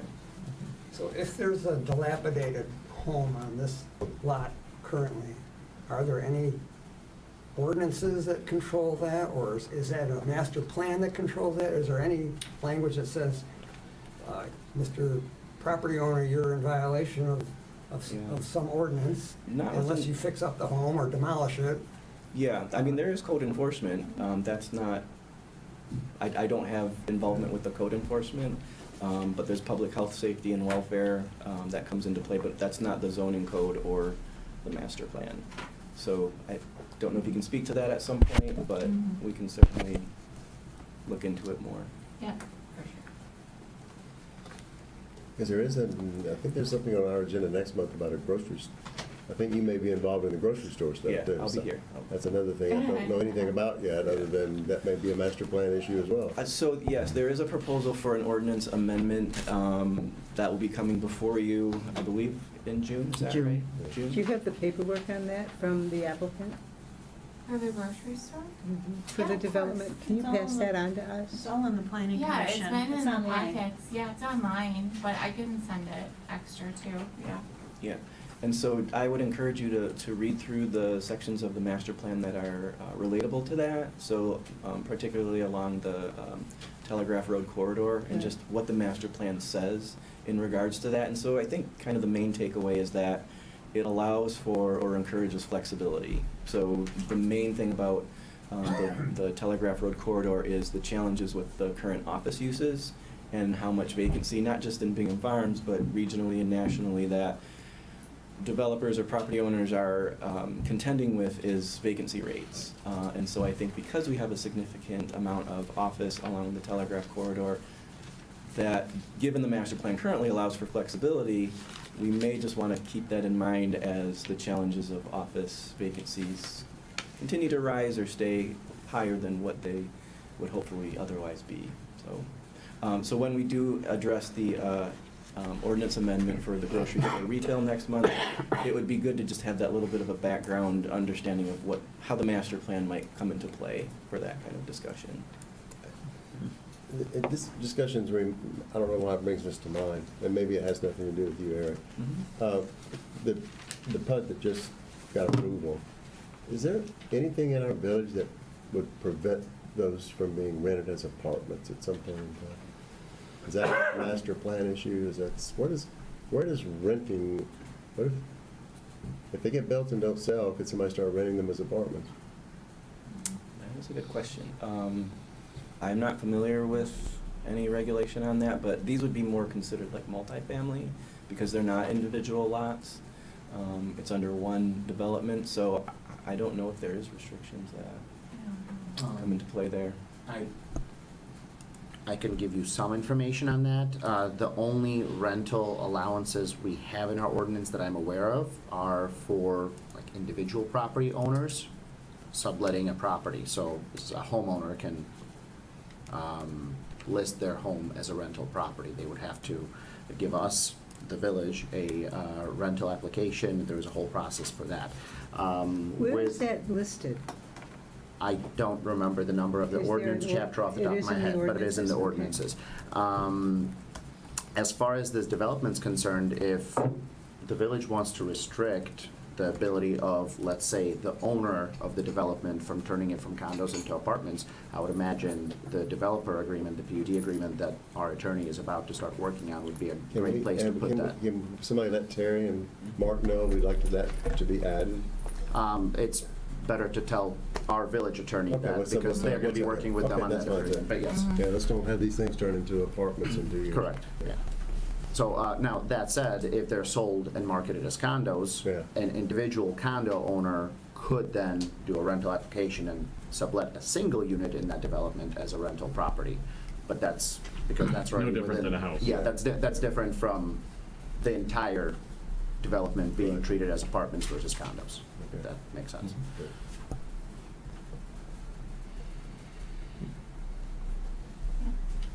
You know that? Yeah, so we can have a conversation at the next planning commission meeting as to the extent, obviously noting the specifics that we talked about tonight, but any other things that might come into play. Feel free to reach out to the city admin about any other topics that you would like for the planning commission to explore within the master plan. But we're happy to take that next step, and then we can work with the Jamie and team to move forward with that process. So. Thank you all. Thank you. Sure. Goodbye, Jim. Thank you for coming. And sticking around. Yeah.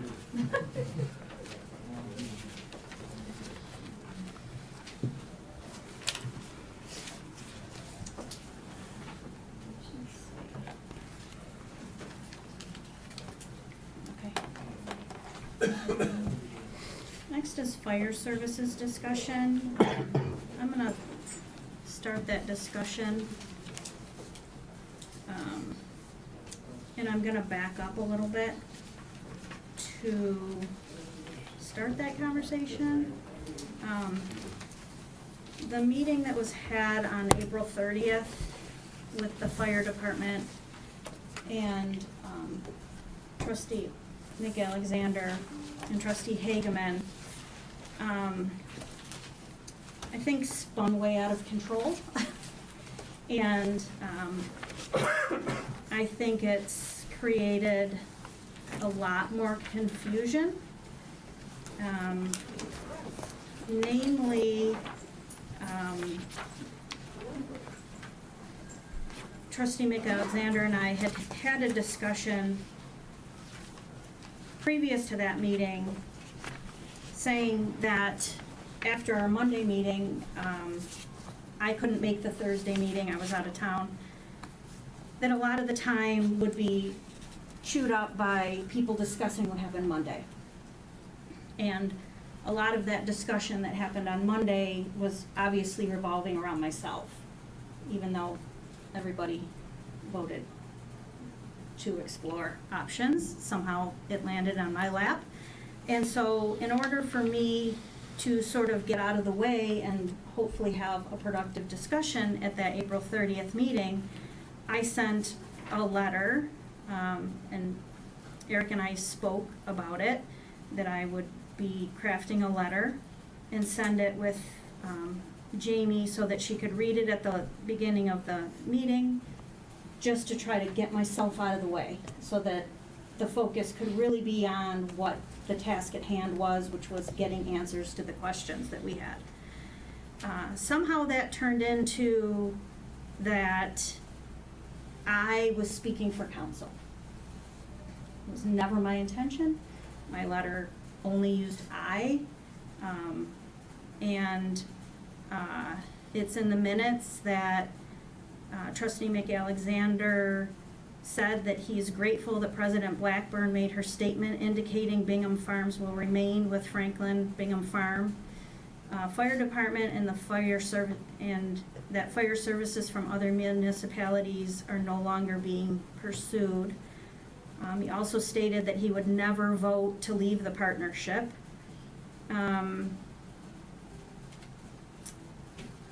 Based off of that, I never said that. I would never speak for council. I can't speak for council. I'm surprised that anybody would ever insinuate that I could speak for council. And after that was stated, there was obviously a reporter invited who wrote an article that was full of misinformation. He never contacted me. And it started out after a year of discussing alternatives, Bingham Farms continuing with Franklin for fire service. I mean, that's not true. We have not been discussing this for a year. And it says, after more than a year of speculation, that's not true. It says, Bingham Farms Village President Lisa Blackburn said that council would no longer pursue a contract with, I never said any of that. So that article was then published online. And then the fire department went ahead and reposted that on their page, affirming that it had basically been dropped and that council had decided. Which again, I'm so shocked at all of that, because our fire chief also knows that I do not speak for council. But it was then reposted on their Facebook page, reaffirming all the misinformation that had been put in the article. So this is why I thought this would be better done in a study session where everybody could have their own voice. It was never my intention to have anybody interpret that as that I was speaking for council. Again, I was very, very deliberate with my words in that letter. And I feel like there are still people on council that haven't had a chance to even ask questions or speak about this issue. I've had a chance, and Trustee McAlexander and Trustee Hageman have had a chance to speak and ask questions. The intention of sending these two, because I was told I was too emotional, which don't say that to a woman,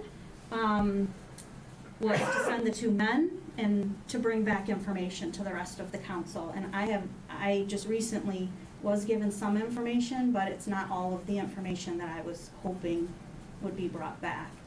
And so I still have questions, and I know there's other trustees that still have questions.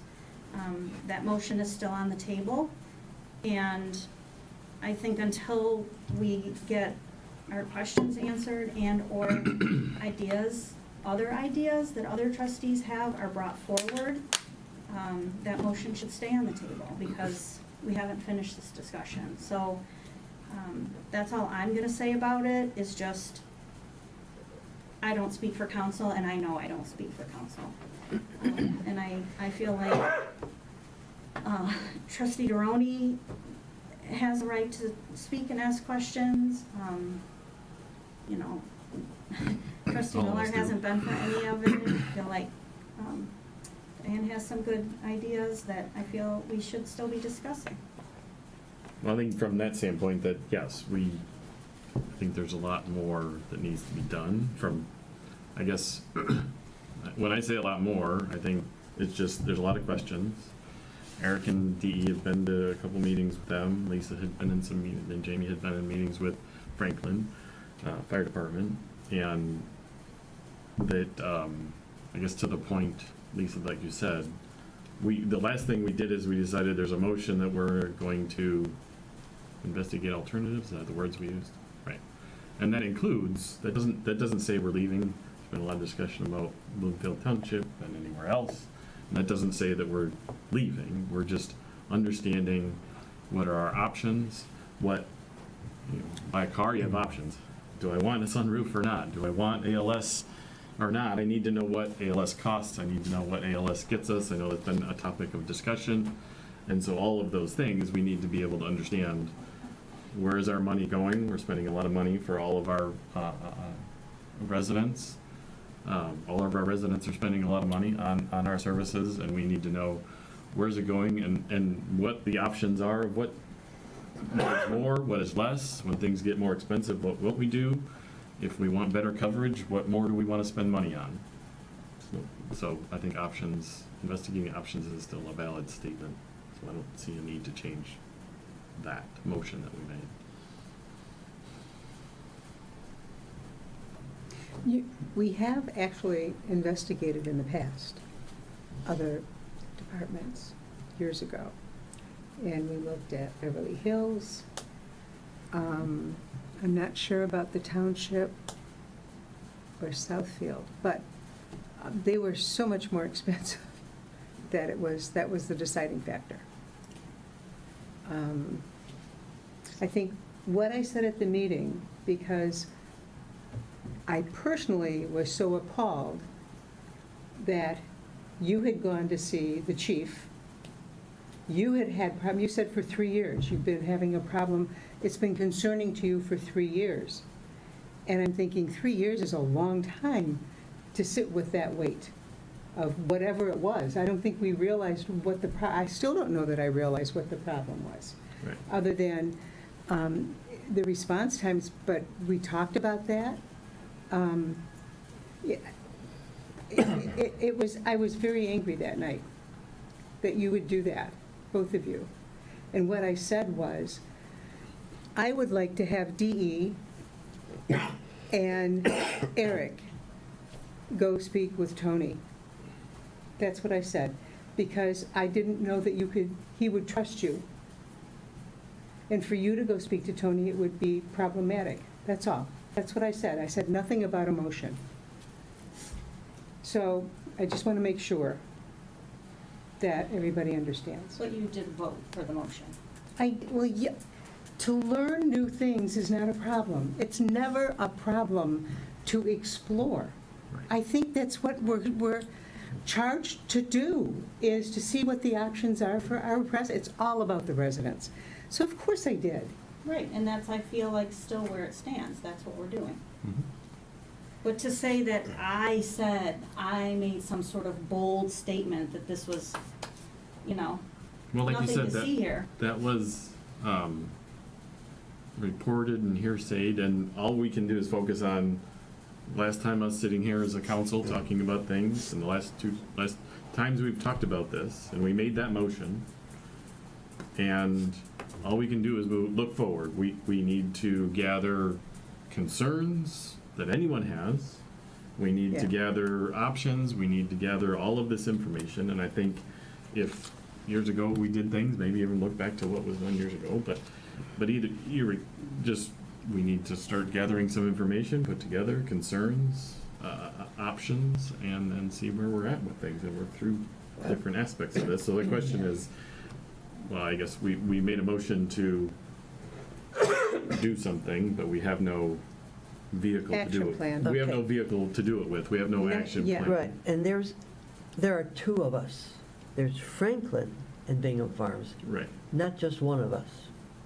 So we need to figure out and work with Franklin very systematically on what are their objectives. Are they happy with the fire department? Mhm. And then we've got to approach the fire department itself and say, okay, here are some concerns. How can we lay this out that we have a better working relationship? To be able to be more open and forthcoming and to get information. We're their boss. We pay their ticket. And we need to have that kind of a understanding. So I think there are three entities in this whole project: Bingham Farms, Franklin, and the fire department. And I have created a motion, and I perhaps would like You to. mean? Yeah, the township. Okay. Okay. I make a motion to create an ad hoc committee composed of Eric McAlexander and D.E. Hagerman and Jamie Moore, who, along with the Franklin Bingham Farms Fire Department, are charged with the formation of a bi-municipal committee for the purpose of establishing a 5-year strategic plan with actionable goals for the enrichment of fire services to Bingham Farms and Franklin. So DE and Eric have already started a relationship of communication, but we have to involve Franklin on a very active basis. So that's why this would be an ad hoc committee with representation from Bingham Farms, representation from Franklin, and obviously representation from the fire department. So I'm proposing that I put that motion on the floor. I second it. You do? I feel like I want to back up because our budget is going to be presented next month. Mhm. And you had an idea that you presented to Budget Committee, and that is what our budget is formed on. Mhm. And I feel like that needs to be discussed tonight, because we have to pass our budget next month, and we don't have a choice. And I think I don't that, think you can talk, if you want to talk about the budget, we have to talk about the entire budget. You can't talk about one thing about the budget. You have to talk about the whole no, budget. we're talking about fire. Right? Yeah, We but talk about every- police, we gotta talk about salaries, we gotta talk about Yeah. road projects. We gotta talk, there's a lot of open issues with the That's budget right. right now. It's not just one open issue. So if Yeah, I you wanna guess- talk about the budget, we can talk about it, Well, but I'm but just it's saying not that, one issue. like, by far, one of our biggest budget concerns, and if that's not brought up. But this isn't gonna be we'll fixed in a month. That's No, right. that's correct. That's right. No, this is to start. We can wait, Yeah. you'll be shocked. Well, I have a motion on the floor then. Well, let's take a vote. Can we take a vote? Well, And I there's a guess second? just. Any well, more he seconded. conversation? There's Oh, a, seconded. I'm sorry. Yeah. I'm running the meeting. Okay. We have a first and a second. Is there any further discussion? So I don't know the term, is ad hoc committee, is that the right thing to do? I don't know what an ad hoc committee can and can't It's not a do. standing committee. Yeah. Okay, Ad hoc means for a purpose, for a purpose of that. and that's why we stated the purpose. And it can work with another municipality, Mhm. Franklin. And right now, the charge is the formation of the bi-municipal Oh, committee. so the, So That's right. that's what the Yeah, yeah. job is to make sure that Franklin wants to sit down and talk to us on these terms as well, Yeah. and that we will have a unified base of committee members on which to move forward with discussions and objectives. And I know they do. Yeah, so does Eric. If I could add, I'll just say, I have a great relationship with Franklin, the manager there, great. yeah. The fire department, though, just keep in mind, is not a municipal Right. organization. So they only have to tell us what they want to tell us. They're a private Right. organization, yeah. But we Working- can't, it's Franklin and us that are working with the fire Yeah, department. but, So yeah. you're correct in what you say, but it still has to include Franklin, yeah. Yeah. Yeah. Because if we Yeah, agree, no, I work if we great. agree to a 5-year plan and they don't, then we're not No. helping each Yeah, other. that's why I wanted to say that. No, I work great with Franklin, yep. Yeah. And make but this- sure then, can you read it again about municipality? Bi-municipal, meaning two municipalities, okay? And, all right, I'll read a motion. I make a motion to create an ad hoc committee composed of Eric McAlexander, D.E. Hageman, and Jamie Moore, who, along with the Franklin Bingham Farms Fire Department, are charged with the formation of a bi-municipal committee for the purpose of establishing a 5-year strategic plan with actionable goals for the enhancement of fire services to Bingham Farms and Franklin. So the fire department shouldn't be in that list, right? It should just, this is ad hoc committee from Bingham Farms should establish to make a bigger committee with Franklin, that committee will work with the fire department, who is a contractor, Yep, That works, Yep. yeah. right? 100%. That works. No, that does it. Yeah. No, this is how we come to a good agreement. It's what you This is said good. minus the fire Who, department. along with the Franklin, Yeah, so it's, okay, okay. Good job. we have to work with Franklin Okay. to create a committee, Are you- that then will work with the fire department, Okay. who is a contractor. Okay. I make a motion to create an ad hoc committee composed of Eric McAlexander, D. Hageman, and Jamie Moore, who are charged with the formation of bi-municipal committee for the purpose of establishing a strategic 5-year plan with actionable goals for the enhancement of fire services to Bingham Farms and Franklin.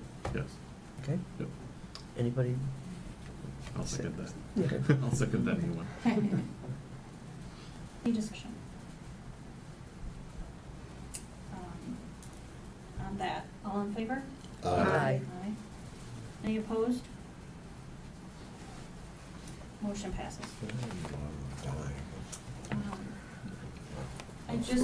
I just wanna like get this in my head, like how this is gonna work, or like what is our input? Because they've, D.E. and Jamie and Eric are going to approach Franklin, and they're going to say, this is what we passed as a motion, that we are charged with trying to do this. Are you on board? you're gonna come along with us, okay, then they'll set the ground rules for the committee. I'm just wondering what the rest of council's role is in that. Well, I think you should, I think that We bring a we should be report to bringing a report. That's why we have that Every new, month. that's why we have that new More item on often, here, yeah. board and committee updates. Yeah. That's exactly why we have it. So they can investigate, Mhm. Right. discuss, do, again, back to, they can't singularly do anything, they have to come back to council Right. That's right. and Right. say, this is what we're Yep. proposing as a Mhm. committee with Franklin. Mhm. Right. One thing that does come to mind, and it's, several people have stated it, that we have questions, we have stuff we need to know. As on this ad hoc committee, what is it that you need to know, or what is it that you want to know, so that we can then take that question to Franklin and to the Franklin Fire Department? I think that's why we think about this and deliberate about it and give you both the information that we want you to pass on. I guess that's like, that was what I was trying to get to, like, how do we get our questions or our concerns or? There are Right. be part ambassadors. of the- Right, but you're saying, like, if I have a specific question That's what I need to know. or concern, Yeah. or Exactly. even idea, Yep. Mhm. how do I bring that to you? Call me. Yeah. Text me, I said, Call you or text you, Right, yeah. that's Yeah, just just through call. Jamie. Oh, no, I'm asking rhetorically. Yeah. Because I think, I can talk to any of you Yeah. one-on-one and say, I have this question, Yeah, concern, absolutely. idea, as you go forward and want to do that, right? Yeah. So each of us can do that Absolutely. with Absolutely. Mhm. the committee. Mhm.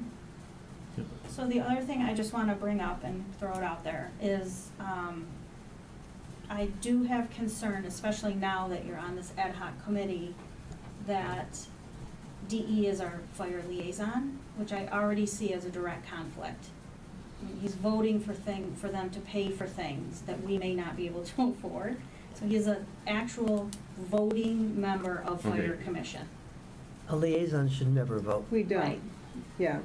He does. You need to Yeah, abstain from but- voting. Yeah, well, Yeah. you do too on the planning commission, as And you I. should No, I be- don't. Yes, you do. Yeah, you do. No, I don't. Yes, you do. I It's saw you. conflicts of I sent you interest. that. But you're defined as the liaison, so we do allow liaisons to vote, is my point.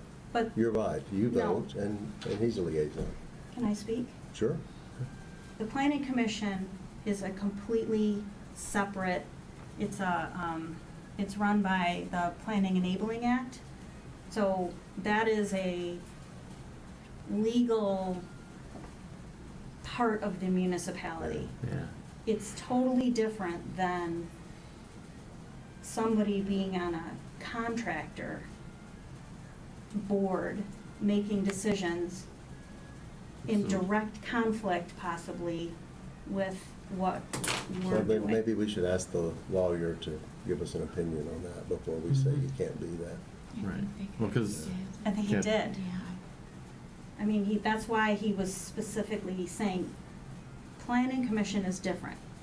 When did- Because when it's did he s- following state laws. When did he say this? And we each have multiple, like, when they come back, you're gonna vote twice. Yeah. When I come back to, I'm gonna vote twice, Yeah. right? This is a completely separate, well, it's not a municipality. right, it's not a municipality, it's a Well, are you- contractor. Well, Are you a again, I voting don't member on object, that? I just want to make sure we're, Are you a voting member on we that? all know. No. No. So you are Nor am a I- liaison. I'm strictly a liaison. I never attempted to vote. I knew my role. And even on the library board. So there's no conflict. So then I shouldn't be voting On the fire on. commission. no, on the cable board. Because cable board is made up of liaisons Yeah. from a number of municipalities. Right. Do they vote? We all vote. Oh.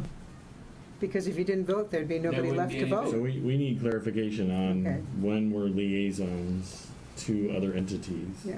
And it may be, Good we point. may, sorry, we may find things that the cable board is all municipality liaisons and no private person. Right. Makes it different than Because I don't know what next is, so I can't even say what next Because is. there's only two people. They're always old people. No, I know what next is. I don't know what the board is and what it's.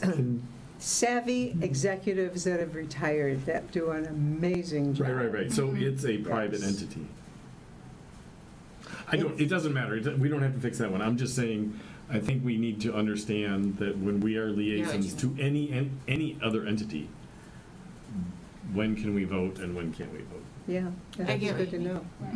It's Yeah. why the president of Franklin abstained from voting on their budget, because that's a direct conflict. You're voting for something that, and then you're Right. gonna vote, like, you might vote yes there, but vote no here. Right. Because we can't afford it.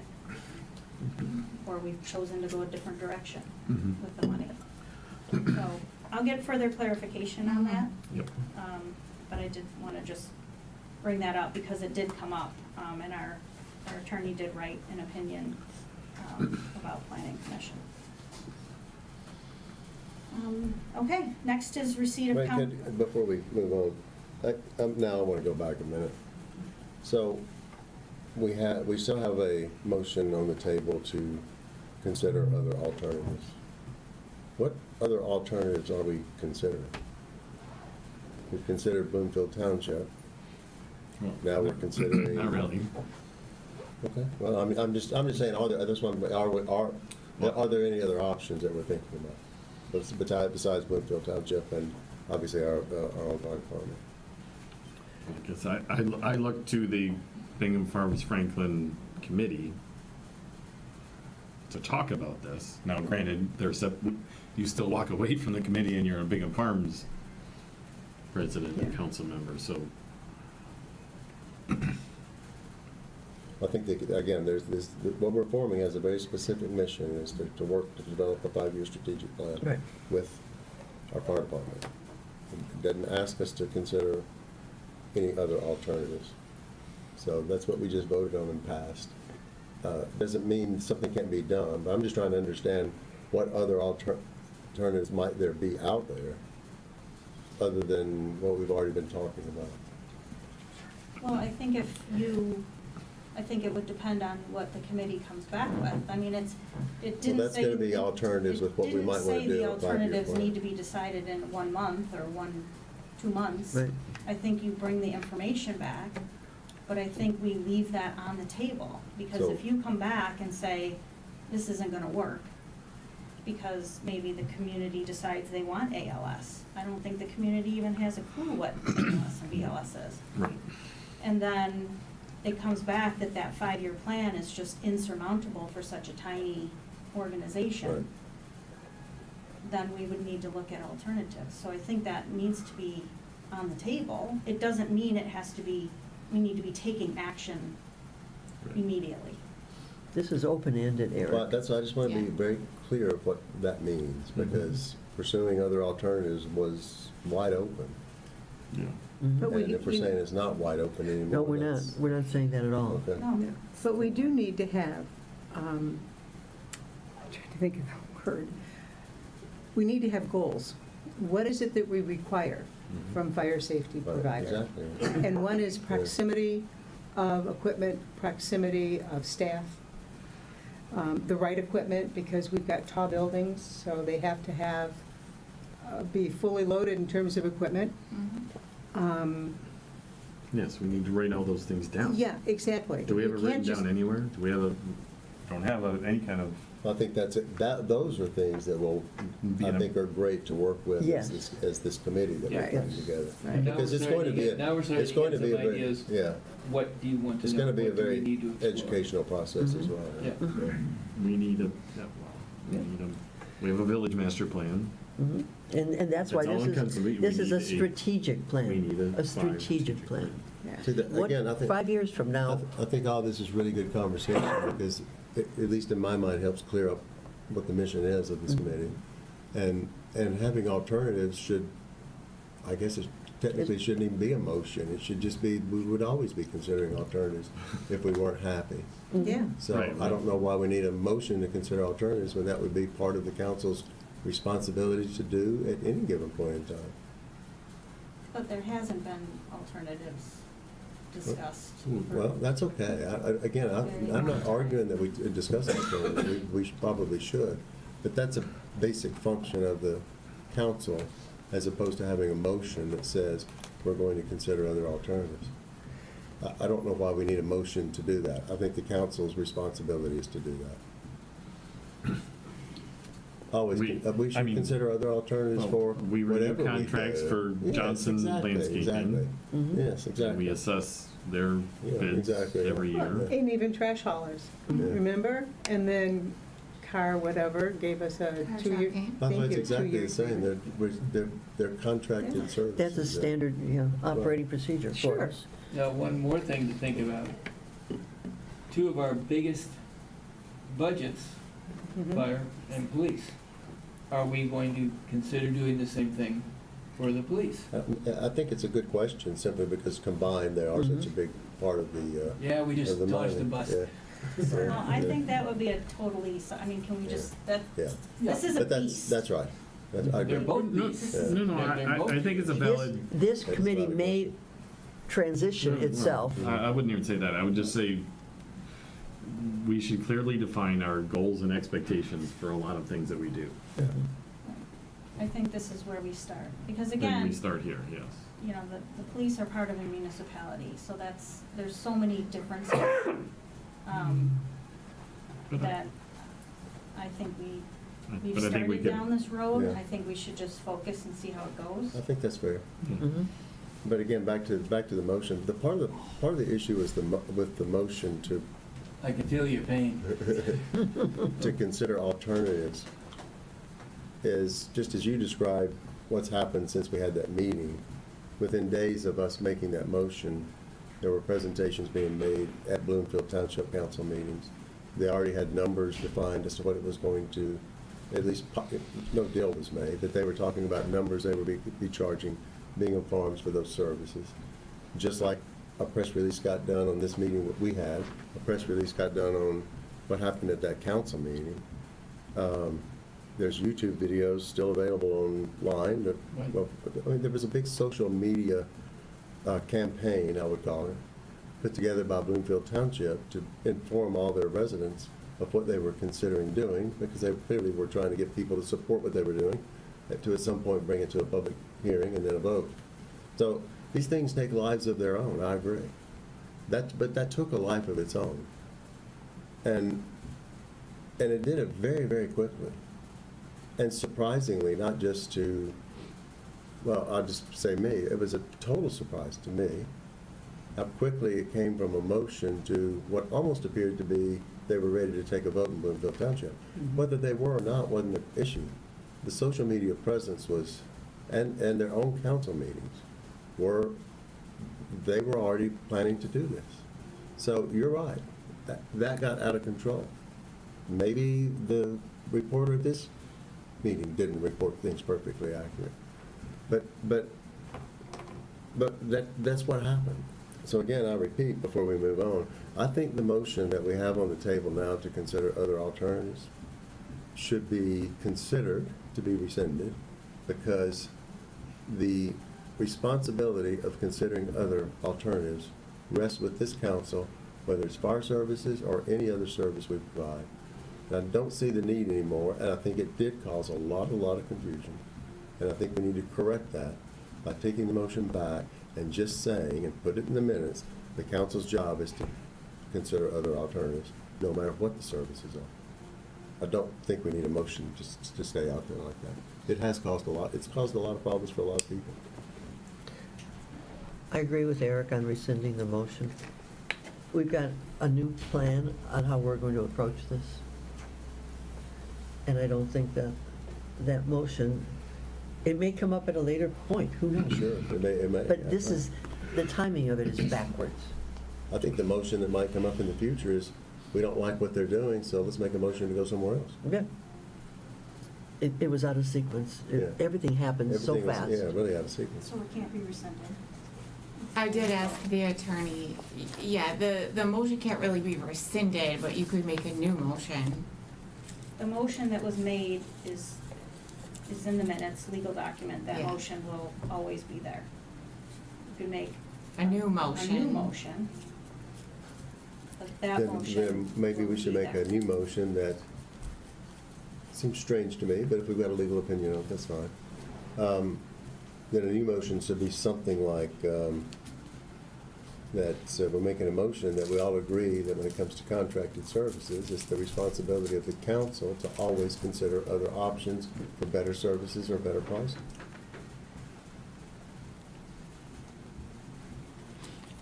No matter what it is.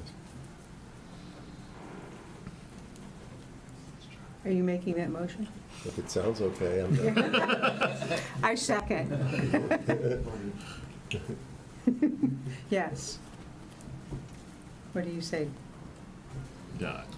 Sounds good to And me. discussion, well, it's discussion. Discussion, yeah.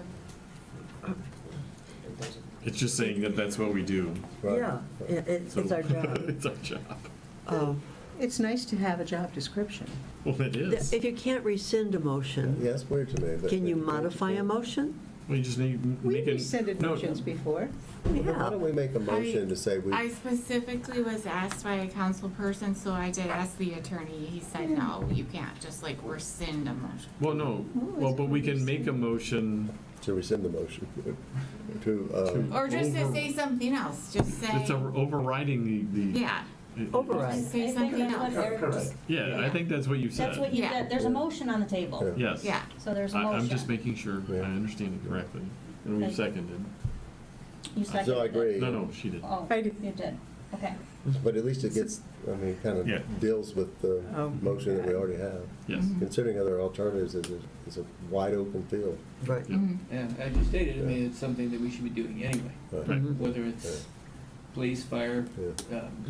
lawn All of it. contractors, anything. Yeah. All of it. Yeah. Okay. HRC, everything. Yep. Yeah, everything. Yep, you know, it's just really our responsibility to understand where the industries are going Yeah. and to stay on top of it. Mhm. Yep. So, Okay. good idea. Okay, so we So, have all a, right, so we had discussion, so all in favor? Aye. Any opposed? Motion passes. Did you get that? Do you have any? Yeah. Whatever I missed is on video. Yes. Okay, next is the receipt of council packet discussion. I'm the one that brought this up, and it's been brought up in the past. We all have deadlines. I mean, that's life, is deadlines. And when you have a deadline for something, you prioritize other things around it.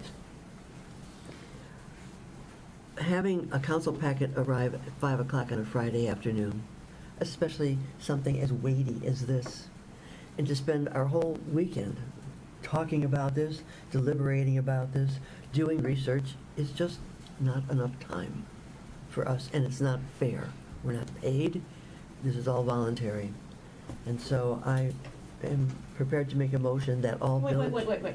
Can we, it's so hard when you make a motion before anybody has anything to say, because then there's a motion on the table. Like, can we just talk about it first? Well, all right, I'm going to suggest that we receive the packets no later than the Tuesday before, by 5 p.m.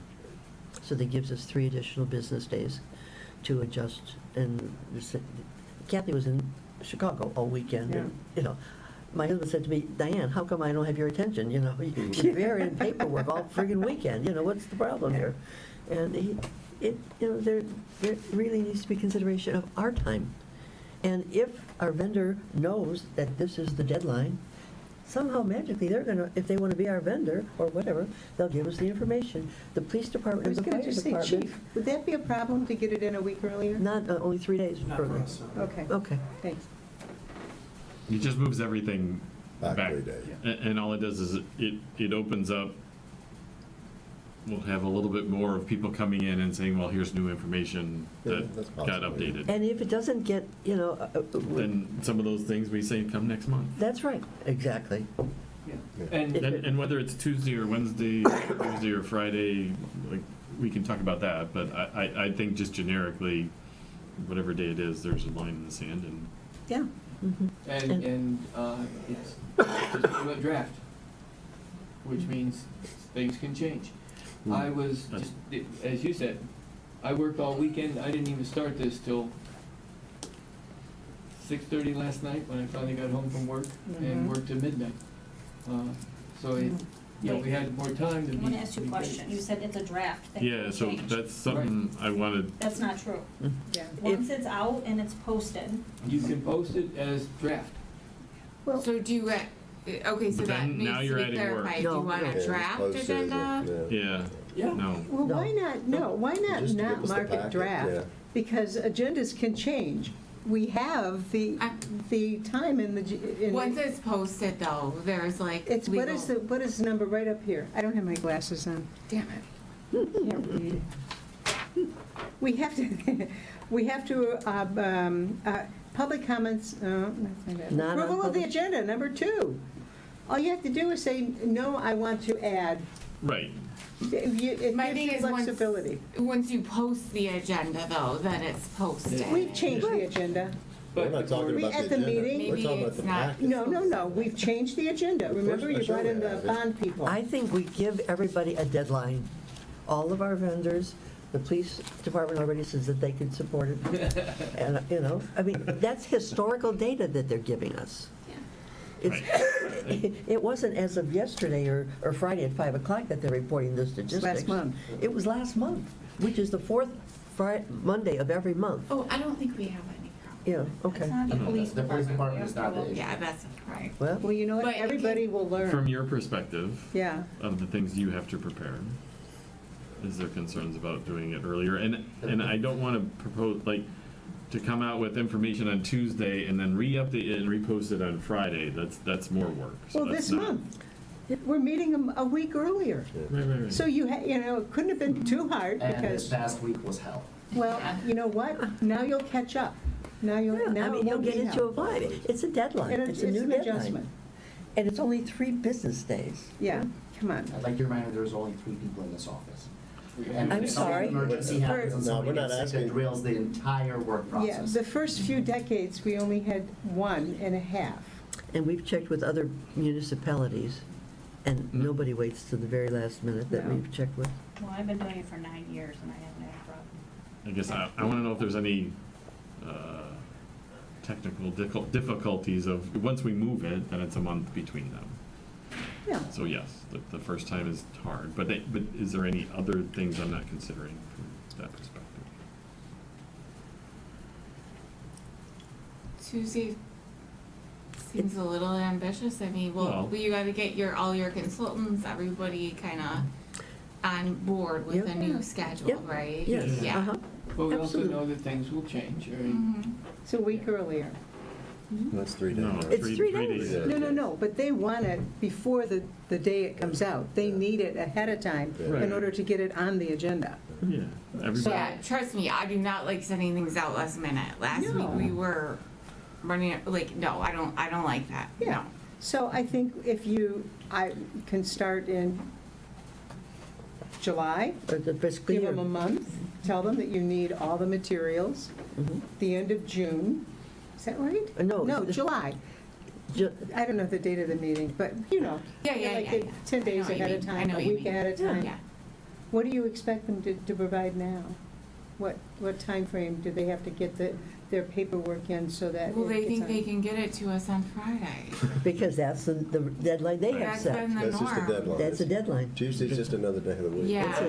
That's not even fair for you guys. It's not, no, trust me. That's What really about, not- really can I just ridiculous. put out there Wednesday? Only because Monday is always like so hectic. It seems like people think about over the weekend, all the things that they wanna call the office or come in or. I do like, it think just seems Wednesday is like maybe a more Monday is fair. like Yeah. just Yeah. a catch-up day. Let's try It it seems Wednesday. like Let's to try get it Wednesday. then out Is that Tuesday, okay, All right, Wednesday, let's- okay? Yeah.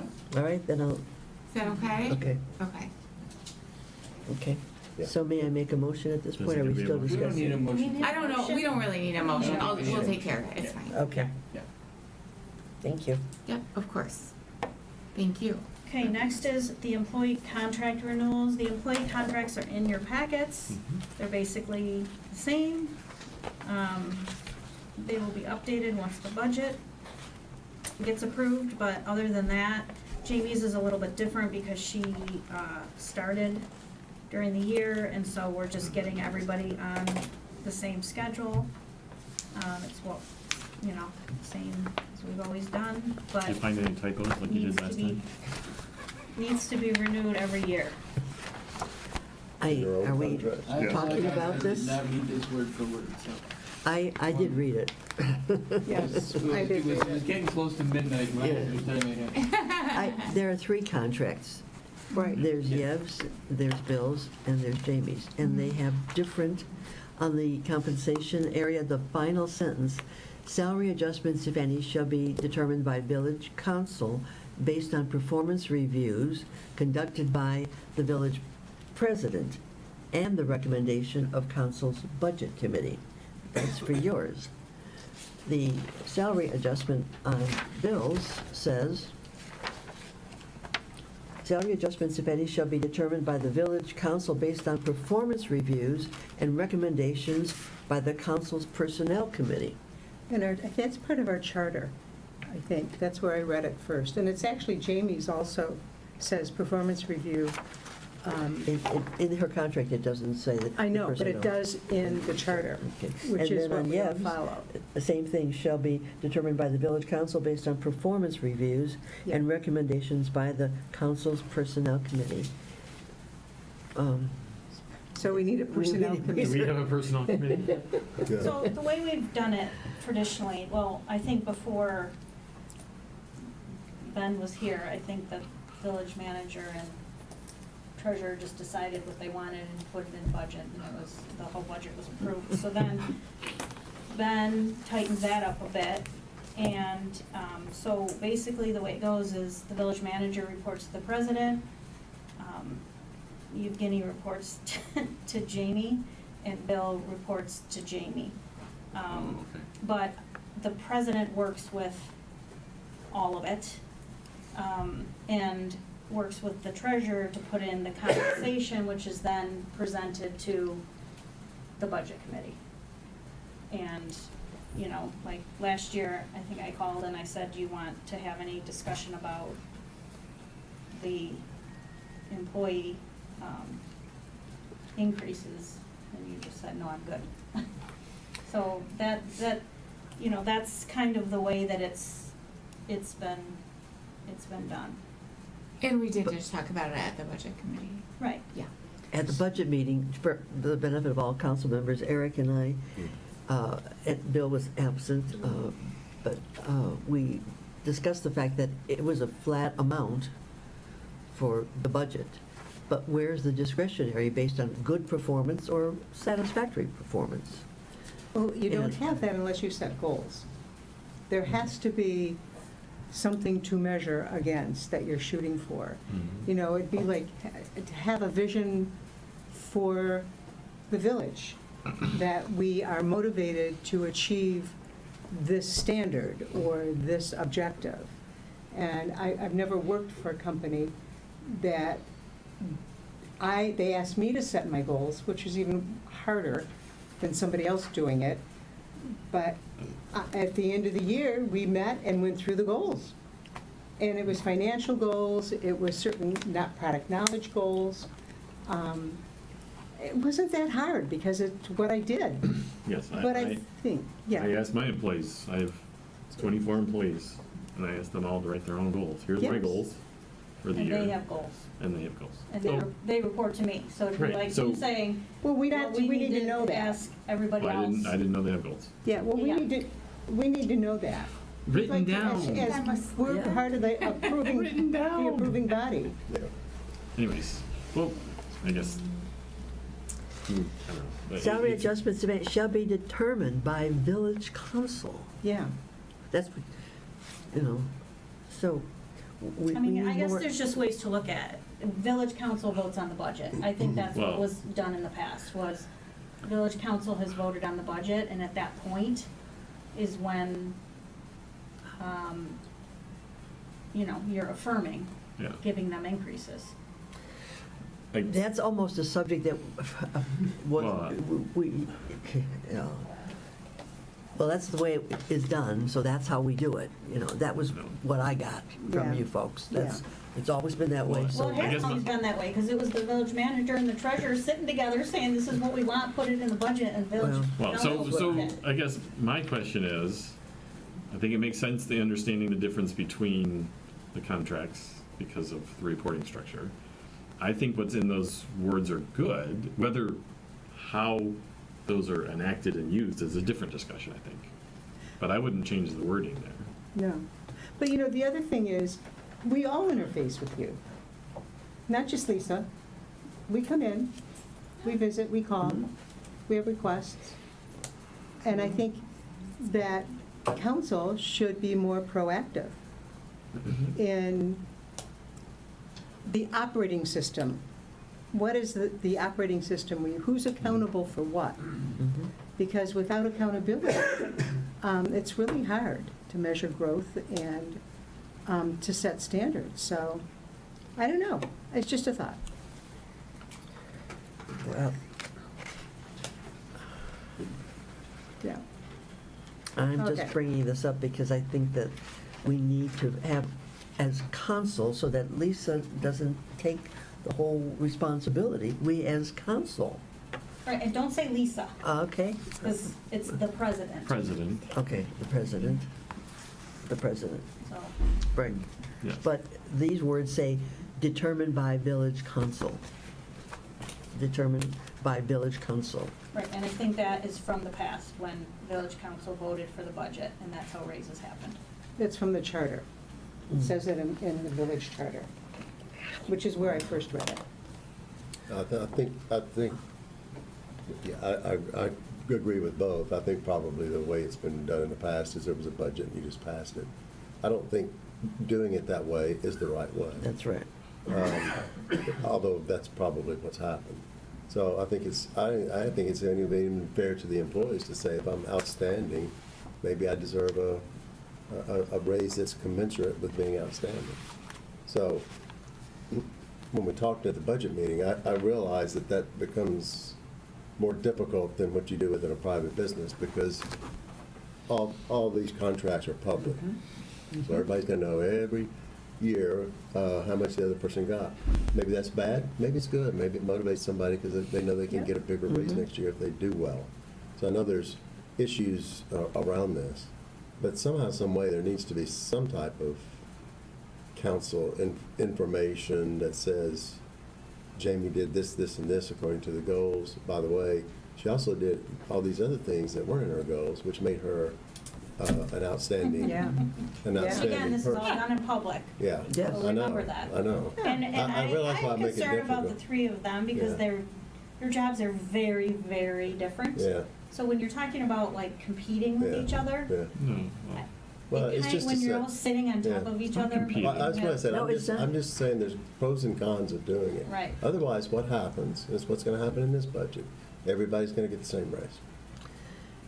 And, you know, what motivation then do you have And maybe that's okay with everybody, I don't to know. excel or bust your butt or come in at, 6 o'clock in the morning and work till 7 o'clock at night or whatever it is, No, I mean, 7 to 11, so She has meaningful but that doesn't work. matter. There's no committee, there's no, we have no copies of performance reviews. We don't know any of this stuff because we don't have anything as council. We're not even sure what your roles are. Yeah. It's like, what do you do? And don't tell, I'm not saying that because you do not, no. Where's it written down? Where is it written down what you do? What you In our do? job What you do? No, it's not. It's not in your job What job description. description? No, Have you seen the job yeah, it hasn't been for years. Because I remember checking, a couple years ago, I looked at it. I said, God, I have no idea. what you-" She does And I know whatever we you're tell her to busy, do. but I'm just saying, it would be interesting to have some more information about what you do. Who's responsible for what? Who do I go to with a question? Yeah? Bill? all You of know, them, Jamie? because they all cross over each other on purpose.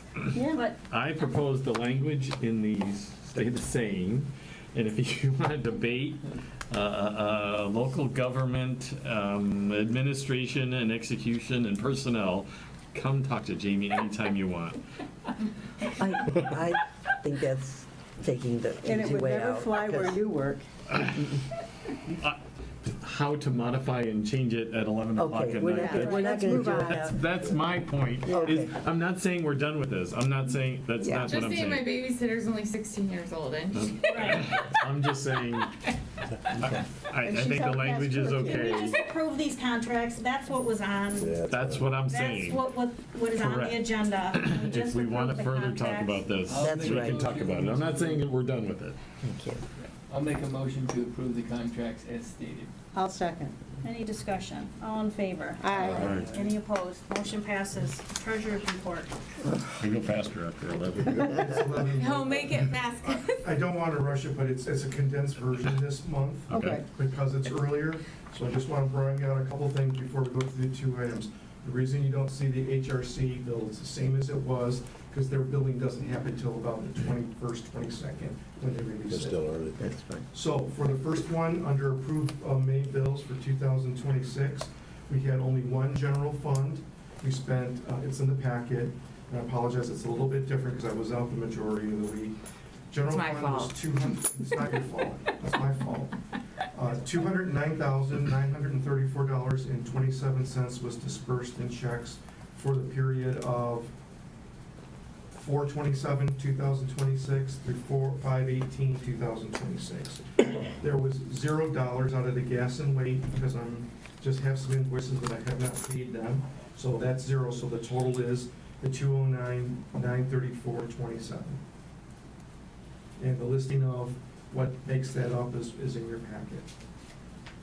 So that's the first motion. Move to approve? Second. Any discussion? All in favor? Aye. Any opposed? Motion passes. Second item is to approve and accept the financial statements for April 2026. Again, Jamie had pulled it, and it's in your packet for 4/30/2026. We are now in 10 months or 83.33% of the full fiscal year. And I'll just leave it if there's any questions as it relates to the revenue and expense report that's in the packet. And you haven't found anything out of? Quite frankly, I went through it, not as detailed as I have because I've been out the majority of the No week. problem. But there's nothing that, if you look at it from Nothing stands there's out. nothing that stands out other than some of the other issues that I brought up in the past meetings. I make a motion to approve the revenue expenditure reports. I'll second that. Any discussion? Maybe quorum. All in favor? Aye. Any opposed? Motion passes. Trustee comments? You're done, right? Bill? I'm done. No comment. I did hear a rumor, though, about Franklin Village having an incident several months ago Sure. regarding theft of funds. Any Yeah, so details on that? back in November, we had a clerk working at Village Hall that went to approve a transfer of a small amount of money. She clicked on the wrong bank website. And basically, all the login information was given to not the real bank. And the village was at a loss for almost $1 million. So we're not going to get that money back. That's created somewhat of a financial stress within the village of Franklin, to say the least. So what the council has proposed is going for a police millage of 3.4 mils to fully fund the police department through that millage in August. So that's what the focus is at this point. If that millage does not pass, there'll be some significant decisions made, I would say. There was no insurance claim filed by the city? Insurance that would cover that through MMRMA was up to $100,000 with a $25,000 deductible. So we are looking at other options, what we can do civilly towards the bank in question, because they knew that website was off, that fake website. So that's being discussed. But we have not accepted any insurance money from MMRMA at this time. So it was a cybersecurity issue. Yes. Yeah, once you send the money, you'll never. Never get it you'll back. never find it. It's gone before it hits their bank account. Yeah. Bill, what's our coverage if this were to happen to us? Trust me, we've talked about it. Yeah, our coverage, actually, Jamie, you went to the MMRMA Yes. meeting and talked with the gentleman from Yes, Cyber. yes. Yes, and we have the dual, yes, yeah, Authentication. yes. We've had a lot of discussion about it. They've been in Yeah. training and Yeah. there's, lots of We don't want that to happen stops to in us. place. Yeah. Do we currently have insurance, or are we just looking at? Oh, no, we have we have insurance. So back to the question, how much insurance do we have? Do we know? How much? Probably this. I haven't looked at it. Maybe it'd be really worth Probably the looking same at. as yeah. You know, one of the trustees in Franklin made the comment, she said if only they had first transferred, say, $5 to see if it went through or not. That's what Bill does. He sends $1 every time. So Yeah. it wasn't a wire transfer, it was just an approval of a ACH payment, I believe it's called, is it? Yes. Yeah. And we have had emails coming in asking to approve ACH, and I just send them on to our IT and flag them, and I don't touch it. Anytime I send money, like I did for the first time to Bentham County LPIG, I just send $1 first, I have them confirm it, and then once they confirm it, then I Yeah. send the rest. I love it. The bad guys are really, really Every time. I also get Good. emails about ACH, Yeah. so Yes, I get emails a lot. The one that's come through I is get from our that. code Don't officer. click on it. Yeah, it says, oh, Jeff McQueen wants to know, from Jeff McQueen, I need to change my direct deposit. Can I do that? Can you give me your banking information so that I I can don't put think it so, in? yeah. Good luck. So I just delete those after I send them off. Yeah. Just be careful, because it's. They're getting trickier and trickier. Yeah. Okay, Okay. I'm sorry, I really. I only have one quick comment. We had a budget meeting. We need to establish a second follow-up. Did you get the notes from that from Rainer? I mean, I took my own notes. I don't know if anybody else has taken Yeah, notes. Yeah. Jamie Yeah. updated. I just want to make sure Bill had all the Yeah, Jamie questions. updated me, and I'm working That's all I on. need to know. And I've talked to, Okay. interface with Raina today, we Okay. exchanged emails. I have it here, so I'll make the adjustments and then send it back Thank out. you, thank you. Okay, thank I'm you. good. Good. I need a motion to adjourn. Motion to adjourn. Second. Any discussion, all in favor? Aye. Any opposed? Motion carries. Meeting adjourned at 11:09. Eric? They all know that.